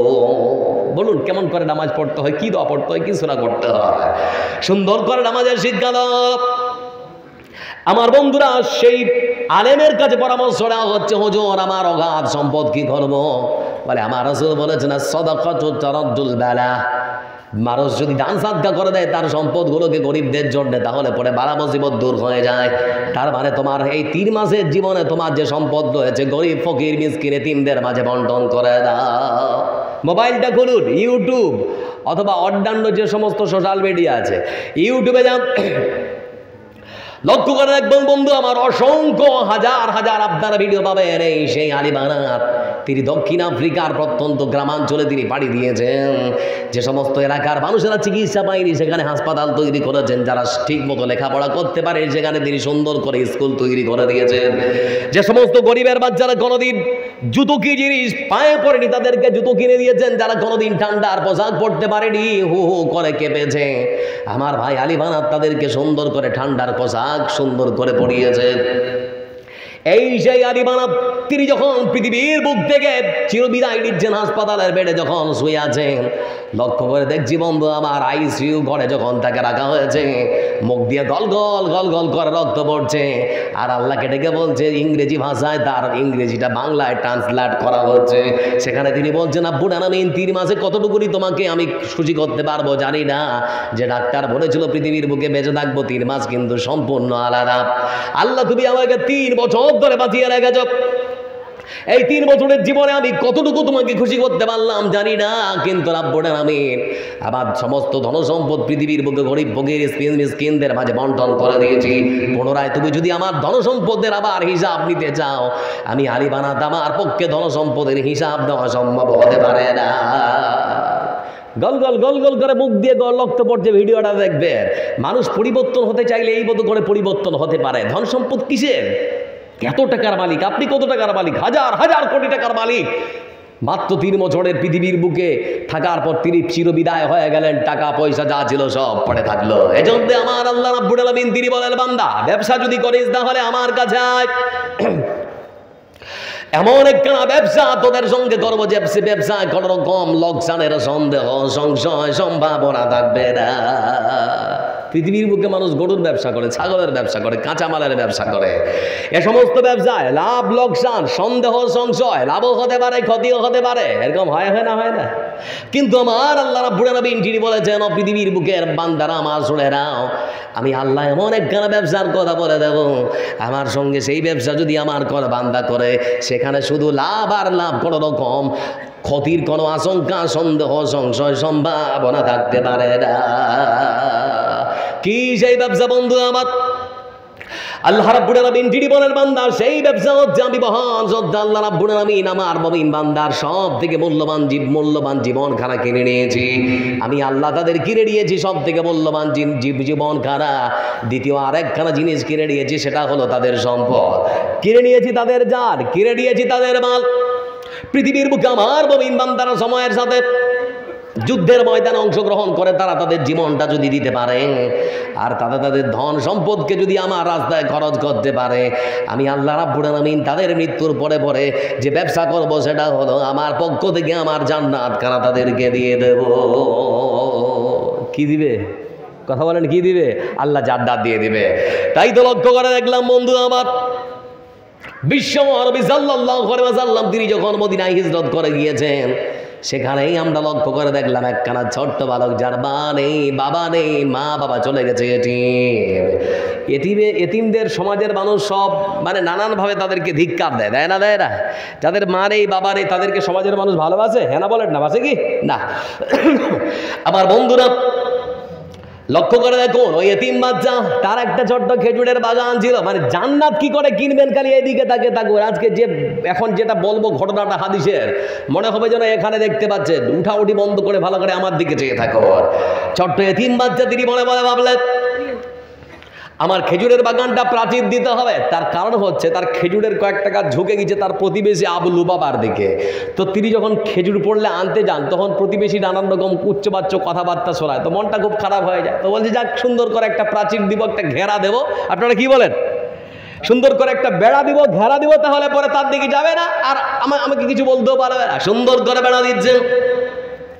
বেড়াটা দিতে দিতে দিতে দিতে লক্ষ্য করে দেখলাম ওই ছোট্ট এতিম বাচ্চা তিনি বলছেন যে ওই বেড়াটা দিতে গিয়ে লক্ষ্য করে দেখলাম প্রতিবেশী আবু লুবাবার একখানা গাছ আমার দিকে চলে এসেছে। তো তার কাছে আমি গেলাম, গিয়ে বললাম, ভাই তোমার ওই একটা খেজুরের গাছ আমাকে দিয়ে দাও, তাহলে সুন্দর করে বেড়াটা দিব, না হলে একটু বাঁকা বাঁকা বাঁকা হয়ে যাবে আর কি, দেখতে ভালো লাগবে না। প্রতিবেশী আবু লুবাবা তখন বলে, ও ভাই আবুলু বাবা। আবুলু বাবা তখন বলে, ও এতিম ভাই তুমি শোনো, আমি আবুলু বাবা তোমাকে ডেকে বলছি, আমার গাছ আমারই থাকবে, আমি কারো কাছে দেব না। বলে, আমার তো মা নেই, বাবা নেই, তোমার কি দয়া হয় না, একটু দাও না? বলে, না দিব না। ছোট্ট এতিম বাচ্চা ততক্ষণাৎ রওনা দিয়েছেন মসজিদে নববীর মধ্যে রাসূল সাল্লাল্লাহু আলাইহি ওয়াসাল্লামের সাক্ষাৎ করার পর আমার নবীকে ডেকে বলছেন, হুজুর মক্কা মদিনার মাটিতে যাদের মা বাবা থাকে না, আপনি তো বলেছেন সেই সমস্ত এতিম বাচ্চাদের পিতা হলেন আপনি, সেজন্য আপনার কাছে ছুটে এসেছি। আমার মনে বড় আশা, আমি একটা সমস্যায় পড়েছি, সমস্যা থেকে আমাকে পরিত্রাণ করতে হবে, আমাকে উদ্ধার করতে হবে। বলে, কি সমস্যা বলো? ছোট্ট বাচ্চা তখন বলে, হে আল্লাহ রসুল, আমার প্রতিবেশী আবুলু বাবা, আমি সুন্দর করে আমার খেজুরের বাগানে ঘেরা দিচ্ছিলাম, লক্ষ্য করে দেখলাম তার এক ছোট্ট একখানা খেজুরের গাছ আমার বেড়ার সামনাসামনি চলে এসেছে। আমি তাকে এত কিছু করে বললাম, তারপরেও দিতে রাজি হলো না। আমার বিশ্বাস আপনি বললে পরে আপনার কথা ফেলতে পারবে না। আল্লাহ রসুল একটু বলবেন, আমার হয় তাকে কি একটু ডাকা যাবে? আমার বন্ধুরা তো রাসূলুল্লাহ সাল্লাল্লাহু আলাইহি ওয়াসাল্লাম ওই এতিম বাচ্চাকে ডাকলেন, ডাকার পরে তিনি তখন বলতে শুরু করেছেন। এতিম বাচ্চার কথা শুনে আবুল বাবাকে ডাকলেন, ডাকার পরে তখন বলছেন, আবুল বাবা শোনো, ওই ছোট্ট এতিম বাচ্চার প্রতি তুমি একটু দয়া করো, তোমার একটা গাছ তুমি তাকে দিয়ে দাও। তা আবুলু বাবা তখন বলছে, আমি তো বাচ্চাটাকে বলেছি দিব না, তারপরেও ফের এসে আপনাকে বলেছে, আর আপনাকেও বলছে আমি দিব না, ওটা আমার গাছ, আমারই থাকবে। আবুলু বাবাকে তখন ডেকে বলে, আমার রাসূল, ও আবুলু বাবা শোনো, তুমি এমনি যদি না দাও তাহলে পরে তোমার কাছে আমার অনুরোধ, টাকা দিয়ে বিক্রি করো। বলে, টাকা দিয়েও বিক্রি হবে না। হে আল্লাহ রসুল, আমার গাছ আমারই থাকবে, এমনিও দেবো না, টাকা দিয়েও দেবো না। আমার রসুল তো আর কিছু বলতে পারছেন না। তৃতীয়বার আমার রসুল বললেন, আবুল বাবা শুনে নাও, ওই একখানা পৃথিবীর খেজুর গাছ তুমি যদি তাকে দিয়ে দাও, আমি রাসূল তোমার জন্য জান্নাতে একখানা খেজুরের গাছের ব্যবস্থা করে দেব। দুনিয়ার একখানা খেজুরের গাছ দাও, আমি তোমার জন্য জান্নাতে একখানা খেজুরের গাছ দিব। দিব কি? এবার কি দিবে? তারপরেও তিনি তখন বলেন, না দেব না, আমার খেজুরের গাছ আমারই থাকবে, দেব না। এটা বলার পর মজলিস থেকে উঠে বাড়ি চলে গেলেন আবুল বাবা রাদিয়াল্লাহু তাআলা আনহু। সেখানেই বসেছিলেন আর একজন সাহাবী, যার নাম হলো আবু দাহদা রাদিয়াল্লাহু তাআলা আনহু। তিনি তখন আমার রাসূলকে ডেকে বলেন, হে আল্লাহ রাসূল, আপনি তো চেষ্টার কম করলেন না, আপনার কাছে যখন আপনি পেলেন না, আপনাকে যখন দিল না, আমি কি একটু চেষ্টা করতে পারি নাকি? আমার রাসূল তিনি তখন ডেকে বললেন, আমি এত কিছু করে বললাম, আমাকে দিল না, তোমাকে দিবে বলে বলা হয় না, তবে যাও চেষ্টা করে দেখো, যদি দেয়। আমার বন্ধুরা তো তখন আবু দাহদা রাদিয়াল্লাহু তাআলা তিনি তখন রওনা দিয়েছেন, তার বাড়ির দরজাটার সামনে এসে কড়া নাড়ান, ঠক ঠক ঠক ঠক করে। বলে, ভাই আছো? বলে, কে? বলে, আমি আবু দাহদা এসেছি। বলে, আমি বলেছি খেজুরের গাছ দিব না, তারপরও কোনো। বলে, আসো না, একটু বাইরে আসো, কাজ আছে। যেই দরজা খুলে বাইরে বেরিয়ে এসেছেন, খপ করে হাতটা চেপে ধরে তখন বলে, ভাই খেজুরের গাছটা দিতেই হবে ভাই। মানে খেজুরের গাছটা দিতেই হবে। না, আমি তো বলেছি দিব না, তারপরে এসেছে করো। আবু দাহদা রাদিয়াল্লাহু তাআলা তখন তিনি বলতে শুরু করেছেন, আবুল বাবা রে, তোমার কাছে কেমন করে খেজুরের গাছ দিতে হয় আবু দাহদার ভালো করে জানা আছে। বলে, আমি দিব না, তুমি আবার কেমন করে জানতে পেলে গো? বলে, তুমি জানো মদিনার মাটিতে সব থেকে বড় খেজুরের বাগানটা কার? বলে, তোমার। বলে, জানো কি সেই বাগানের মধ্যে কতগুলো খেজুরের গাছ আছে? বলে, 600। বলে তুমি জানো সেই বাগানের মধ্যে বিশাল বড় একটা রাজপ্রাসাদ, একটা বাড়ি আছে, অট্টালিকা, সেটা কার? বলে সেটাও তোমার। তুমি কি জানো সেই বাগানের মধ্যে আমার বাড়ির ভেতরে একখানা কুয়া আছে, সুস্বাদু পানি যার মধ্যে আছে সে পানি আমি খাই, যে বাড়িতে আমি থাকি আর যেই বাগানের খেজুর আমরা খেয়ে বেঁচে থাকি। ও ভাই আবুল বাবা শুনে নাও, তুমি যদি আজকে একখানা খেজুরের গাছ আমাকে দাও, তাহলে পরে আমার বিশাল বড় ওই খেজুরের বাগানটা তোমাকে দিয়ে দেবো, সঙ্গে বিশাল বড় রাজপ্রাসাদটা দেবো, আর আমার বাড়ির মধ্যে যে বৃষ্টি পানির কুয়োটা আছে সেটাও তোমাকে দিয়ে দেবো। তা আবুল বাবা বলছে যে গরিব পেয়ে ঠাট্টা করছেন নাকি? এরা বলে না মানুষ যে আমি গরিব বলে তুমি আমার সঙ্গে মুস্করা করছো, ঠাট্টা করছো। আবু দাহদা রাদিয়াল্লাহু তাআলা আনহু তিনি তখন বলছেন, ও ভাই আবুল বাবার দুনিয়ার কোন সম্পদ নয়, এটা পরকালের সম্পদ, পরকালে জান্নাতের জান্নাতি খেজুরের গাছ। রাসূল বলেছেন কথা। অতএব ওই একখানা খেজুরের গাছের জন্য আবু দাদার ওই একখানা খেজুরের বাগান নয়, একখানা রাজপ্রাসাদ নয়, ওই একখানা পানির কুয়া নয়, ওরকম যদি আরো 10টা তোমাকে দিতে হয়, তারপর ওই একখানা খেজুরের গাছ আমাকে দিতে হবে। বলে পাগল নাকি তুমি গো, একটা খেজুরের গাছের জন্য এত কিছু সম্পদ তুমি দিয়ে দিয়ে? বলে হ্যাঁ। এবার বলো রাজি? বলে হ্যাঁ আমি রাজি। কথাবার্তা পাকাপাকি হয়ে গেল। রাসূলের কাছে ছুটে চলে যান, গিয়ে বলে হ্যাঁ আল্লাহ রাসূল কাজ হয়ে গেছে। বলে কি কাজ? বলে আপনি যে কাজ করতে চেয়েছিলেন, আপনি যে খেজুরের গাছ দিতে চেয়েছিলেন আপনাকে দেয়নি, কিন্তু আমি পেরে গেছি, আমাকে দিয়ে দিয়েছে। বলে নিশ্চয়ই কোনো বড় ক্ষতি করেছো নাকি? বলে হ্যাঁ। বলে কি করেছো? বলে আপনি জানেন আমার সব থেকে বড় খেজুরের বাগান, যার মধ্যে 600 খেজুরের গাছ আছে, যেখানে যে রাজপ্রাসাদ বাড়িতে আমি থাকি, যে বাড়ির মধ্যে একখানা সুস্বাদু পানির কুয়া আছে, ওই কুয়াটাও দিয়েছি, বাড়িটাও দিয়েছি, বিশাল বড় খেজুরের বাগানটাও দিয়েছি, সব কিছুর বিনিময় শুধুমাত্র ওই একখানা খেজুরের গাছ আমি কিনে দিয়েছি। হে আল্লাহ রাসূল, ওই এতিম বাচ্চার কাছে তার হাতে আমি ওই খেজুরের গাছটা তুলে দিতে পারি, কিন্তু একটা শর্ত। বলে কি শর্ত? বলে তার আগে আমি শুধুমাত্র আপনার মুখে শুনতে চাই, সত্যি যদি আমি ওই একখানা খেজুরের গাছ, ওই একখানা খেজুরের গাছের ওই একখানা খেজুরের গাছ যদি আজকে পৃথিবীতে তার হাতে তুলে দিতে পারি, আপনি কি জান্নাতে আমার জন্য একখানা খেজুরের গাছের ব্যবস্থা করে দিতে পারেন? আমার রাসূল সাল্লাল্লাহু আলাইহি ওয়াসাল্লাম তিনি বলেন, আবু দাদা রে, যে জান্নাতের খেজুরের গাছের জন্য তোমার মতো একখানা মানুষ, বিশাল বড় একখানা খেজুরের বাগান, সঙ্গে একখানা রাজপ্রাসাদ, সেই বাড়ির মধ্যে থাকা মিষ্টি বাড়ির গোয়া, এতগুলো সম্পদ ব্যয় করতে পারে, আল্লাহর রাস্তায় খরচ করতে পারে, আমি রাসূল সাল্লাল্লাহু আলাইহি ওয়াসাল্লাম তোমাকে কথা দিচ্ছি, তুমি দুনিয়ার বুকে যেমন করে একখানা জান্নাতের খেজুরের জন্য, দুনিয়ার বুকে একখানা খেজুরের গাছের জন্য যেমন করে তুমি তোমার বাগানটাকে বিলীন করেছো, আমি রাসূল তোমার জন্য জান্নাতের মধ্যে একখানা খেজুরের গাছ নয়, বরং আমি রাসূল তোমাদের জমার জন্য জান্নাতের মধ্যে একখানা খেজুরের বাগানের জামিনদার হয়ে যাব। যে কোনো মূল্যে খালি জান্নাতটা নিতেই হবে নাকি? যে কোনো মূল্যে জান্নাতটা আমাদেরকে নিতেই হবে। আমার বন্ধুরা, আজকে আমরা মসজিদ মাদ্রাসা থেকে পিছিয়ে, সেজন্য দিন ধর্ম থেকেও পিছিয়ে, এজন্য মুসলমান ভারতবর্ষের বিভিন্ন প্রান্তে শুধুমাত্র মার খায়, নানান রকম টালবাহারে দেখিয়ে মুসলমানদের নানান রকম অভিযোগ পেশ করে মারা হচ্ছে না। শোনাবো আপনাদেরকে। তার আগে বিশাল বড় একখানা দায়িত্ব আমার মাথায় তুলে দেওয়া হয়েছে।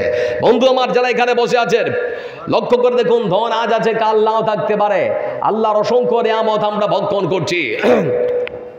কোন নিয়ামতের শুকরিয়া আদায় করে পৃথিবীর মানুষ কখনো শেষ করতে পারে না। নিজের গন্তব্যটাকে ঠিক করুন, আল্লাহ আপনার গন্তব্য ঠিক করে দেবে। নিজের গন্তব্য মানে আল্লাহ আপনাকে ধন দিয়েছে বল বোঝার জন্যে, যদি আপনি আল্লাহ রাস্তায় খরচ করেন, আল্লাহ আপনাকে জান্নাত পর্যন্ত পৌঁছে দেবে। জানেন, এই পৃথিবীর বুকে ইরাক বলে একখানা দেশ আছে, ইরাকের বাগদাদে একজন বিখ্যাত মুহাদ্দিস, একজন বিখ্যাত আলেম, একজন বিখ্যাত সমাজসেবী, একজন বিখ্যাত মুহাদ্দিসের জন্মগ্রহণ করেছিলেন, যার নাম হচ্ছে ইমাম আহমদ ইবনে হাম্বল রাহিমাহুল্লাহ। নাম শুনেছেন? কথা বলে শুনেছেন তো শোনেননি? আচ্ছা, আপনারা একটা দুটো করে উঠছেন কেন? বিরক্ত হচ্ছেন নাকি? একটু আর মাত্র 5 মিনিট আমি আপনাদের সামনে, তারপরে আমার মূল উদ্দেশ্যে চলে আসছি। ইরাকের বাগদাদে ইমাম আহমদ ইবনে হাম্বল তিনি জন্মগ্রহণ করলেন। তো ইমাম আহমদ ইবনে হাম্বল রাহিমাহুল্লাহ তিনি বাড়ি থেকে বের হয়েছেন শুধুমাত্র হাদিস সংগ্রহ করার জন্য। হাঁটতে শুরু করেছেন, হাঁটতে অনেক দিনের হাঁটা পথ তিনি অতিক্রম করে একটা মহল্লায়, আপনাদের এই গ্রামের মতো, মাটিয়ারি গ্রামের মতো একটা গ্রামে প্রবেশ করেছেন। আজান হচ্ছে মসজিদে, আজানের ধ্বনি শুনে তিনি এশারের নামাজ পড়ার জন্য মসজিদে প্রবেশ করলেন। নামাজ শেষ করার পর তিনি মনে মনে ভাবছেন রাতটা আজকে এখানেই কাটাবো। কিন্তু সবাই যখন চলে যায়, মসজিদের কাদেম তখন দেখতে পায় একজন অপরিচিত মানুষ বসে। বলে আপনার বাড়ি? বলে আমি ইরাক থেকে এসেছি। বলে ইরাক কোথা থেকে জানেন? আপনার উদ্দেশ্য কি? বলে আমার ইচ্ছা আজকে রাতটা মসজিদে কাটা। বলে না। বলে কেন? বলে আমরা কোনো আগন্তুক অপরিচিত মানুষকে মসজিদের মধ্যে থাকতে দেবো না, আর আপনাকেও দেবো না, আপনি বেরিয়ে যান। আমার বন্ধুরা এই মতো করে মসজিদের কাদেম নানান রকম অকাত্য ভাষায় কথা বলতে শুরু করেছে ইমাম সাহেবের সঙ্গে। পাশেই মসজিদের একখানা দোকান ছিল, রুটির দোকান। রুটির দোকানের মালিক সব কথা তিনি সুন্দর করে শুনছেন। পাশে এসে তখন ইমাম আহমদ ইবনে হাম্বালকে বলছেন, হুজুর আপনার যদি কোনো কষ্ট না হয় তাহলে আপনি আমার বাড়িতে যেতে পারেন।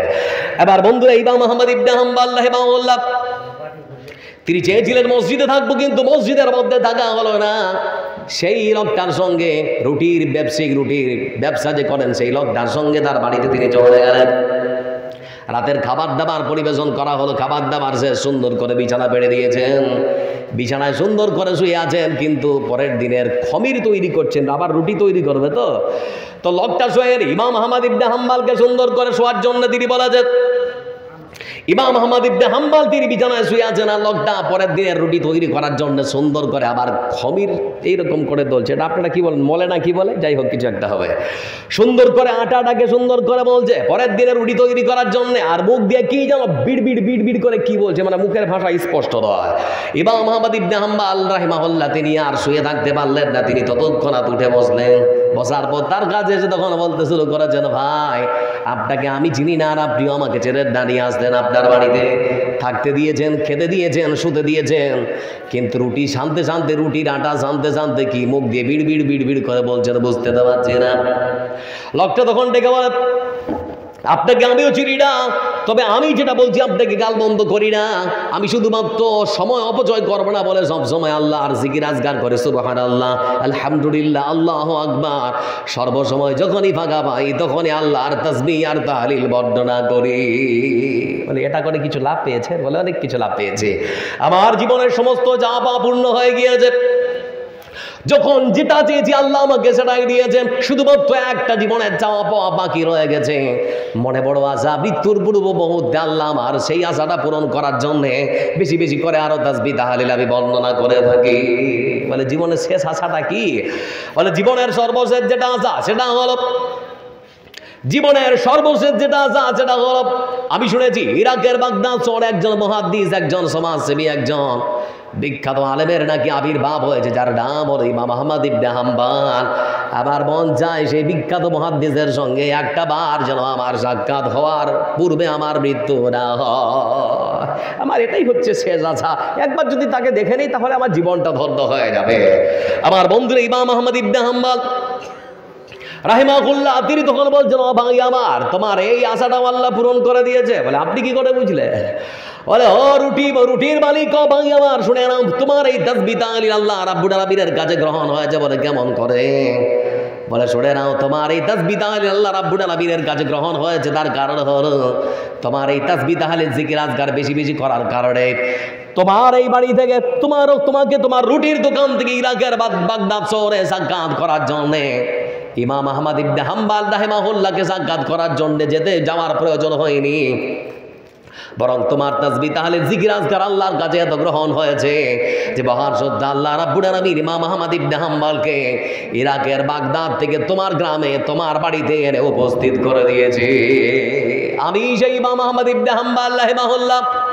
আমার বন্ধুরা, তার মানে এটাই হচ্ছে, মানুষ যে যা দায় সে তা পায়। নিজের গন্তব্যকে যদি ঠিক করেন, আল্লাহ রাব্বুল আলামিন তিনি বলেছেন, দুনিয়ার গন্তব্য তোমরা ঠিক করো, আমি তোমাদের জান্নাতের গন্তব্য ঠিক করে দেব। তার মানে আল্লাহ ধন দিয়েছে, মাল দিয়েছে, এগুলোকে সুন্দর করে মূল্যায়ন করো। কিভাবে মূল্যায়ন করবেন? মৃত্যু আসার পূর্বে আল্লাহ বলছে, মহান শ্রদ্ধা আল্লাহ রাব্বুল আলামিন তিনি বলেন, وَأَنفِقُوا مِمَّا رَزَقْنَاكُم مِّن قَبْلِ أَن يَأْتِيَ أَحَدَكُمُ الْمَوْتُ فَيَقُولَ رَبِّ لَوْلَا أَخَّرْتَنِي إِلَىٰ أَجَلٍ قَرِيبٍ فَأَصَّدَّقَ وَأَكُن مِّنَ الصَّالِحِينَ। আল্লাহ রাব্বুল আলামিন তিনি বলেন, বান্দা তোমাকে ধন দিয়েছি, সম্পদ দিয়েছি, ধান দিয়েছি, গম দিয়েছি, সোনা দিয়েছি, চাঁদি দিয়েছি, সেই সমস্ত ধন সম্পদকে খরচ করা আমার রাস্তায়।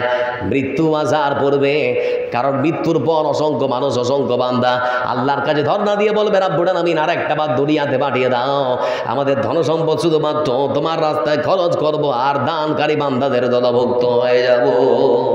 কিন্তু মরে যাওয়ার পর আবার পৃথিবীতে আসার সুযোগ আছে? হ্যাঁ বলেন, আছে কি? আর তো সুযোগ নেই, সুযোগ তো বন্ধ। এই জন্য আল্লাহ বলছেন, বান্দা ধন দিয়েছি, মরার আগে খরচ কর। আর একটা আল্লাহ রাব্বুল আলামিন তিনি সুন্দর করে বলেন, ও পৃথিবীর মানুষরা তোমরা শুনে নাও, ইয়া আইয়ুহাল্লাযীনা আমানু আনফিকু মিম্মা রাযাকনাকুম মিন ক্বাবল আন ইয়াতিয়া ইয়াওমুন লা বাইউন ফীহি ওয়ালা খুল্লাতুন ওয়ালা শাফাআ। ও পৃথিবীর বিশ্বাসী মানুষরা শুনে নাও, তোমার ধন এবং মালকে খরচ করো সেই দিন আসার পূর্বে, তার মানে হাসরের দিন, কিয়ামত অনুষ্ঠিত হওয়ার পূর্বে। আমার বন্ধুরা, আমার আল্লাহ রাব্বুল আলামিন তিনি বলেছেন, কারণ হাসরের ময়দানে তোমাদের অসংখ্য ধন সম্পদ থাকলেও ধন সম্পদ কোনো উপকারে আসবে না। সেই দিন কোনো বন্ধু বন্ধুর উপকার করতে পারবে না, গ্রামের কোনো মডল সর্দারের সুপারিশও আল্লাহর কাছে গ্রহণ হবে নাকি? সেদিনও গ্রহণ হবে না। এই জন্য আমার আল্লাহ বলছে, বান্দা ধন দিয়েছি, জান্নাতটা খালি কিনে নে না। ধন দিয়েছি, আল্লাহ বলছে জান্নাতটা খালি কিনে নে না। বন্ধু আমার, যারা এখানে বসে আছেন, একটু 10 মিনিট, আমি বুঝতে পারছি আপনাদের মন মানসিকতা, একটু বসে থাকুন। যে পরিবেশে বসে আছেন, যারা একটা দুটো করে যাচ্ছেন, আমি মনে করছি প্রয়োজনে যাচ্ছেন। যারা বসে আছেন এখানে, আপনাদের সকলকে বলছি, আমার সঙ্গে একটু কথা আপনারা একমত হবে। সারা ভারতবর্ষের বাড়িতে যে সমস্ত মসজিদ বা মাদ্রাসা মুসলমানেরা নির্মাণ করে, একটাও কি সরকারি জায়গায় আছে? সবাই বলতে হবে, আছে কি? না। লক্ষ্য করে দেখুন, ভারতবর্ষে মুসলমানেরা যে শান্তিপ্রিয়তা জাজল্য প্রমাণ হচ্ছে, দুর্গা পূজা এবং কালী পূজা, বর্তমানে গতকালকে তো কালী পূজা নাকি, আজকে পাঠাবলি হচ্ছে, রাস্তায় দেখছিলাম। তো অসংখ্য রাস্তা বড় বড় বিভিন্ন বড় বড় প্যান্ডেল তৈরি করে তারা দুর্গা উৎসব, কালী পূজা তারা উদযাপন করছে। কোনো মুসলমান বাধা দিয়েছে? সবাই বলে, বাধা দিয়েছি আমরা? না, আমরা বাধা দিইনি, কারণ আমার কোরআন শিক্ষা দিয়েছিল, গম্ভীর ও কবরিয়াদিন লা ইকরাহা ফিদ্দীন। কিন্তু লক্ষ্য করে দেখুন, ভারতবর্ষের বাড়িতে রাস্তার বড় বড় বিভিন্ন জায়গায় অসংখ্য মন্দির সরকারি জায়গায় আছে। আপনাদের জানা আছে না? আছে। কারণ আমরা মুসলমানরা কোনোদিন কোনো সরকারি জায়গায় মসজিদ কিংবা মাদ্রাসা নির্মাণ করে না। তারপরও ভাঙা হচ্ছে। মসজিদ না মন্দির? কথা বলেন, মসজিদ না মন্দির? মাদ্রাসা। মসজিদ এবং মাদ্রাসাগুলোকে বেছে বেছে টার্গেট করা হচ্ছে, তাই তো? এজন্য মাদ্রাসা এবং মসজিদগুলোকে টিকিয়ে রাখার প্রয়োজন আছে না রে? সবাই বলে, আছে না রে? আছে। অসংখ্য মানুষ এই শব্দ চয়ন ব্যবহার করে। ভিখারি বিদ্যার জন্য আমাদের কাছে 5 পয়সা দেয়, এই ভিখারি বিদ্যার জন্য আমাদের কাছে 5 পয়সা দেয়। খবরদার এই শব্দ চয়ন ব্যবহার করবেন না ভাই। আপনার সম্পদের জন্য আপনি যেন জাহান্নামে না যান, আপনার সম্পদকে পরিশুদ্ধ করার জন্য মাদ্রাসার শিক্ষকেরা, ছাত্ররা আপনার বাড়ির দরজায় পৌঁছায়। আপনার সম্পদ থেকে যেটা আমাদের হক, সেটাকে আমরা বের করে নেই। ওটা আপনার ভালোর জন্য, যে আপনার খারাপের জন্য যাই না। মরবেন যখন তখন বুঝবেন ভালো না খারাপ। এই জন্য যারা বসে আছেন, আজকে মাদ্রাসার উন্নতি গল্পে জালসা, আজকে মাদ্রাসার উন্নতি গল্পে জালসা। এই মাদ্রাসার জন্য, এতিম বাচ্চাদের জন্য, যে ছোট্ট ছোট্ট বাচ্চাদেরকেও আজকে টার্গেট করা হচ্ছে। আপনারা শুনলে অবাক হবেন, যেহেতু টপিক আলাদা, আলোচনা সেরকম করতে পারছি না। আমাদের পশ্চিমবাংলার হুগলি জেলার একজন সাংসদ, যার নাম হচ্ছে লকেট চ্যাটার্জি, নাম শুনেছেন আপনারা?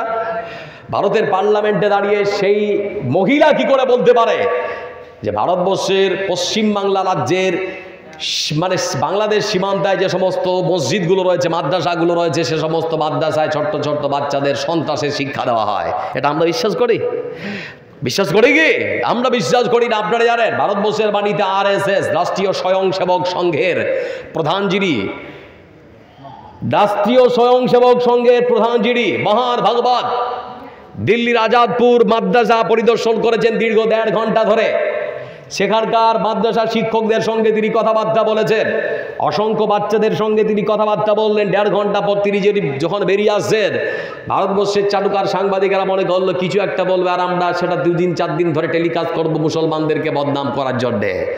তো তিনি বেরিয়ে আসার পরেই সাংবাদিক যখন জিজ্ঞেস করছে, আপনি কি দেখলেন মাদ্রাসায়, তো তিনি তখন দুটো কথা বললেন। প্রথম কথা হচ্ছে, মুসলমানদেরকে চিনতে গেলে তাদের সঙ্গে থাকতে হয়, তাদের সঙ্গে সময় কাটাতে হয়। বলে, কি দেখলেন? বলে, 1.5 ঘন্টার মধ্যে মাদ্রাসার পরিবেশ দেখে সত্যি আমি মুগ্ধ। ছোট ছোট বাচ্চাদের সুন্দর করে কোরআনের শিক্ষা দেওয়া হচ্ছে। আবার বন্ধুরা, সেই জন্য ভূমিকাতে বলেছিলাম, বিশ্ব মানবতার মুক্তির জন্য একখানা সংবিধান, নাম কি? অসংখ্য কোরআনের হাফিজ আছে না রে? কথা বলেন, আছে না রে? এখানে অসংখ্য মাস্টার আছেন, হয়তো প্রাইভেট পড়ান বা হয়তো কেউ প্রাইমারির শিক্ষক আছেন না নেই? আছেন হয়তো।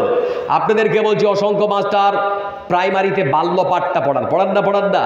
দীর্ঘ 15 থেকে 20 বছর ধরে বাল্যপাঠ পড়াচ্ছেন। একজন মাস্টার দাঁড়িয়ে বলবেন যে আমার পড়াতে মুখস্থ হয়ে গেছে, আমি বাল্যপাঠটা মুখস্থ শোনাতে পারবো। একজন বলতে পারবেন কি? ক্ষমতা আছে? কোন মাস্টার আজ পর্যন্ত ওই চটি বইটা 6টা-7টা পাতা আছে, তারপরেও এখনো পর্যন্ত মুখস্থ করতে পারে না। আনুমানিক 6332, আমরা জানি 6666 নাকি? বাড়িতে গিয়ে গুনবে 6332, বা এত অসংখ্য কোরআনের পাতা, অসংখ্য আয়াত, একাধিক রুকু, একাধিক সূরা, 114টা সূরা।